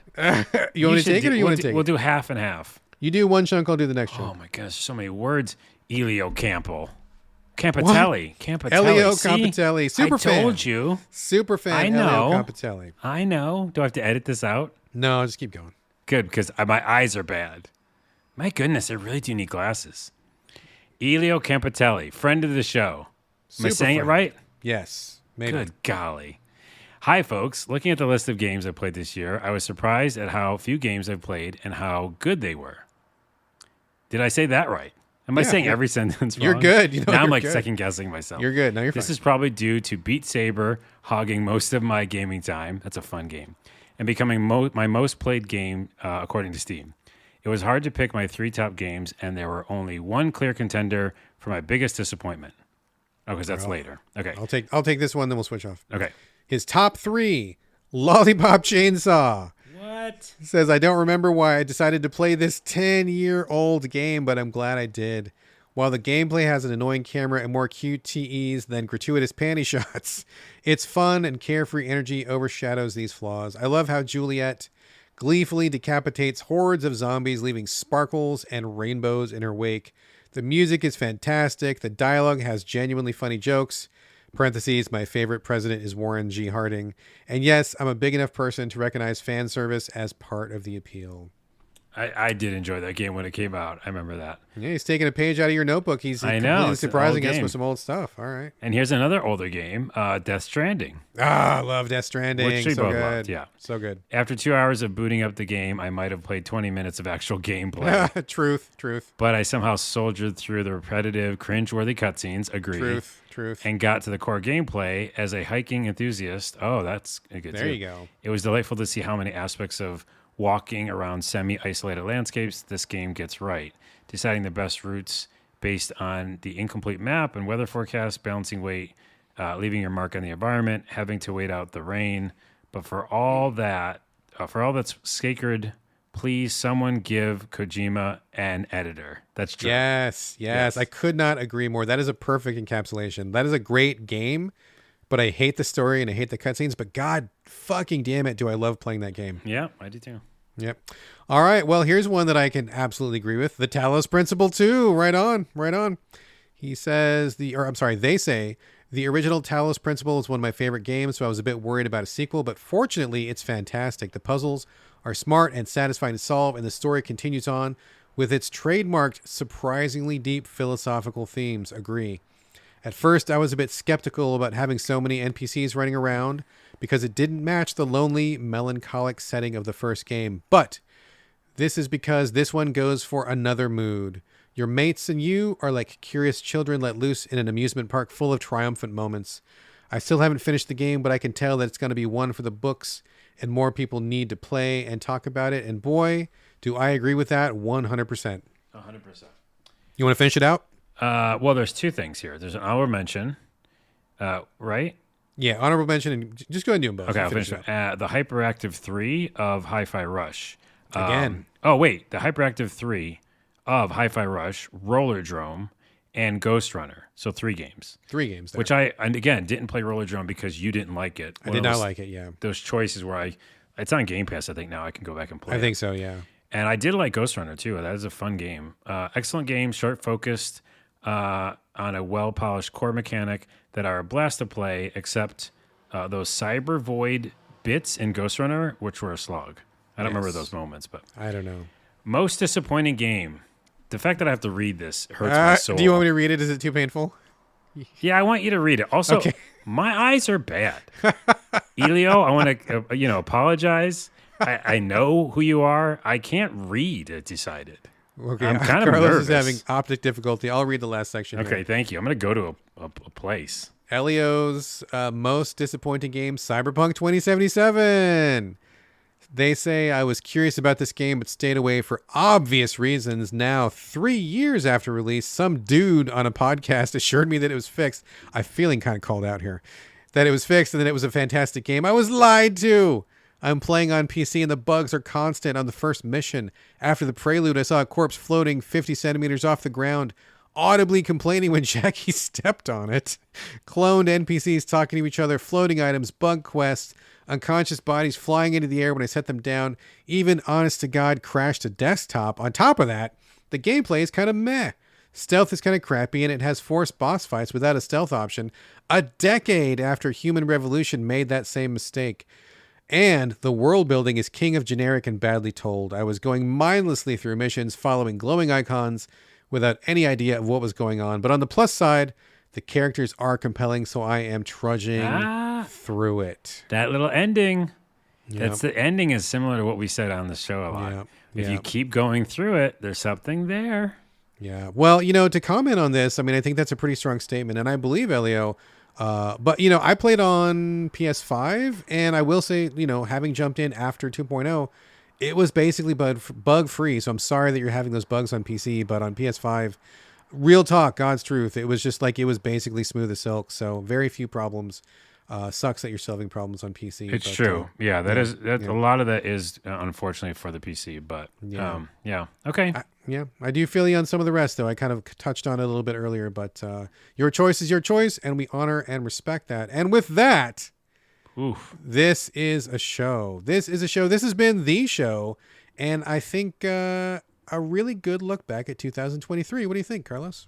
Yeah, I mean, if a podcast, kind of just totally encapsulates not just the year, but like I think a lot of our tangents we brought up in this episode show, like how fully encompassing this like art of games is to you and I. Yeah. Like we can talk. I was trying to like organize my words because this is the end of a very long podcast, but I know, right? I'm sorry. it's what it is. It's like, we play so many games, and yet the fact is we can talk so detailed on so many of them still. Yeah. And I even called back just Helldivers just now, and you didn't say any words. I know. And that's just a reference point. But like the point is, this episode in this year just feels like, yeah, games are a really big part of our lives. For sure. And if you think about other people, like, oh, I just met someone recently, just a new person, and I was like talking to them, and they're like, oh yeah, you play video games or whatever. Some people still, it's not even in their wheelhouse, right? Yeah, exactly. And it's like so much a part of our like world to go into these worlds and live these characters and also, play around with these mechanics. So yeah, I think that's the thing that comes across is that even though maybe I didn't find my game of the year, true game of the year, it still was a huge chunk of our lives this year. Oh yeah, so many hours. I mean, so much time talking about them. So many podcast episodes we did, so many discussions we had, and I think this has just been a really banner year. I mean, I kind of get what you're saying about not having like the one standout. I mean, I think it's kind of interesting that there isn't one big standout, but also kind of a great sign of maturity for the industry itself and for the medium itself that there hasn't just been one like runaway thing, right? Like there's been enough for everybody to choose, that everybody's got their own flavor, and it's kind of like a good diversity. No matter who you are or what you like, there has been something out there for you, especially this year, which I think is just wonderful. So I'm really glad. And again, I mean, we just proved it ourselves, right? We just talked about 20 games and we didn't even double even a single one of those games. Mm-hmm. So I think that's pretty noteworthy itself. So, and I just to finish that thought and make this longest episode ever longer is that it's like movies. I've said this before, but like games are, finally approaching that level where it's like, it isn't the new Super Mario Bros. Or Sonic came out and that one wins the day. Right. The console wars, people still try to keep them alive, but I think that will, fade as well. It's more about like, hey, do you watch movies? Do you play video games? Of course, there's like a million type of movies for any kind of person. at any time, and none of the lists will have to overlap, Exactly. including movie of the year, which we didn't do, and we can talk about that next year. But like, the movie of the year lists are different too, right? They're going to be, what are you into? Yeah. There's going to be a couple that are like, wow, everybody, they were huge at the box office and everybody liked it, like Everything All Everywhere All at Once or something. But in general, it's like that's what this is, like a maturing of the art form. Yeah. Well, it's funny you bring up the TV stuff as well, because I was actually thinking we should talk about that next year, because we are going to be recording next year. But it would be great, maybe like as we do the post-show wrap-up discussion, we could talk about maybe our favorite TV and movie of I think of so. the last year. Is a good time for that. So maybe we'll get to that. But yes, I agree with everything you said. I think this is a great look back. I'm really happy we did this. This is always one of my favorite shows of the year, and now it is in the can, and that means this is a show. Folks, before we close, I would love to ask you for your reviews. Please share us on social media, but most important of all, please recommend us to your friends. Nothing beats word of mouth. And also, if you would like to support this show and help us out with the costs, you can do that over at patreon.com/the So Videogames podcast. And as always, we would love to get your questions and comments. Please hit us up, sovideogamespodcast@gmail.com, or you can reach us individually. Carlos, where are we sending your traffic this final week of 2023? Oh, this is a very unique time because I would normally say Glitch to the Ground, which you can still look up anywhere on all the platforms. But I will say this. We'll make this episode a little longer. Sorry, Brad. You had your heart out. I'm good. We're good. Okay. I finally figured out what my new comedy sketch series is going to be, because I stopped making sketches after Starbucks ones 5 months ago almost, and I haven't made a new one. And so I figured it out, and I'll tell you, listeners, first. And so I want you to go there. So it's just Carlos Rodella on TikTok. It's just my name. Okay. And the new sketch series starts in January, probably the first week of January. Exciting. And it's Shark Tank pitches. Oh, okay. All right. It's like all the things you could ever think of, like the weirdest ideas. The very first one, I'll actually tell you also on the show, anybody listening, is it's a toilet seat for hamsters. Really? Because that's a very needed niche. I'm surprised no one supplied that yet. Yeah.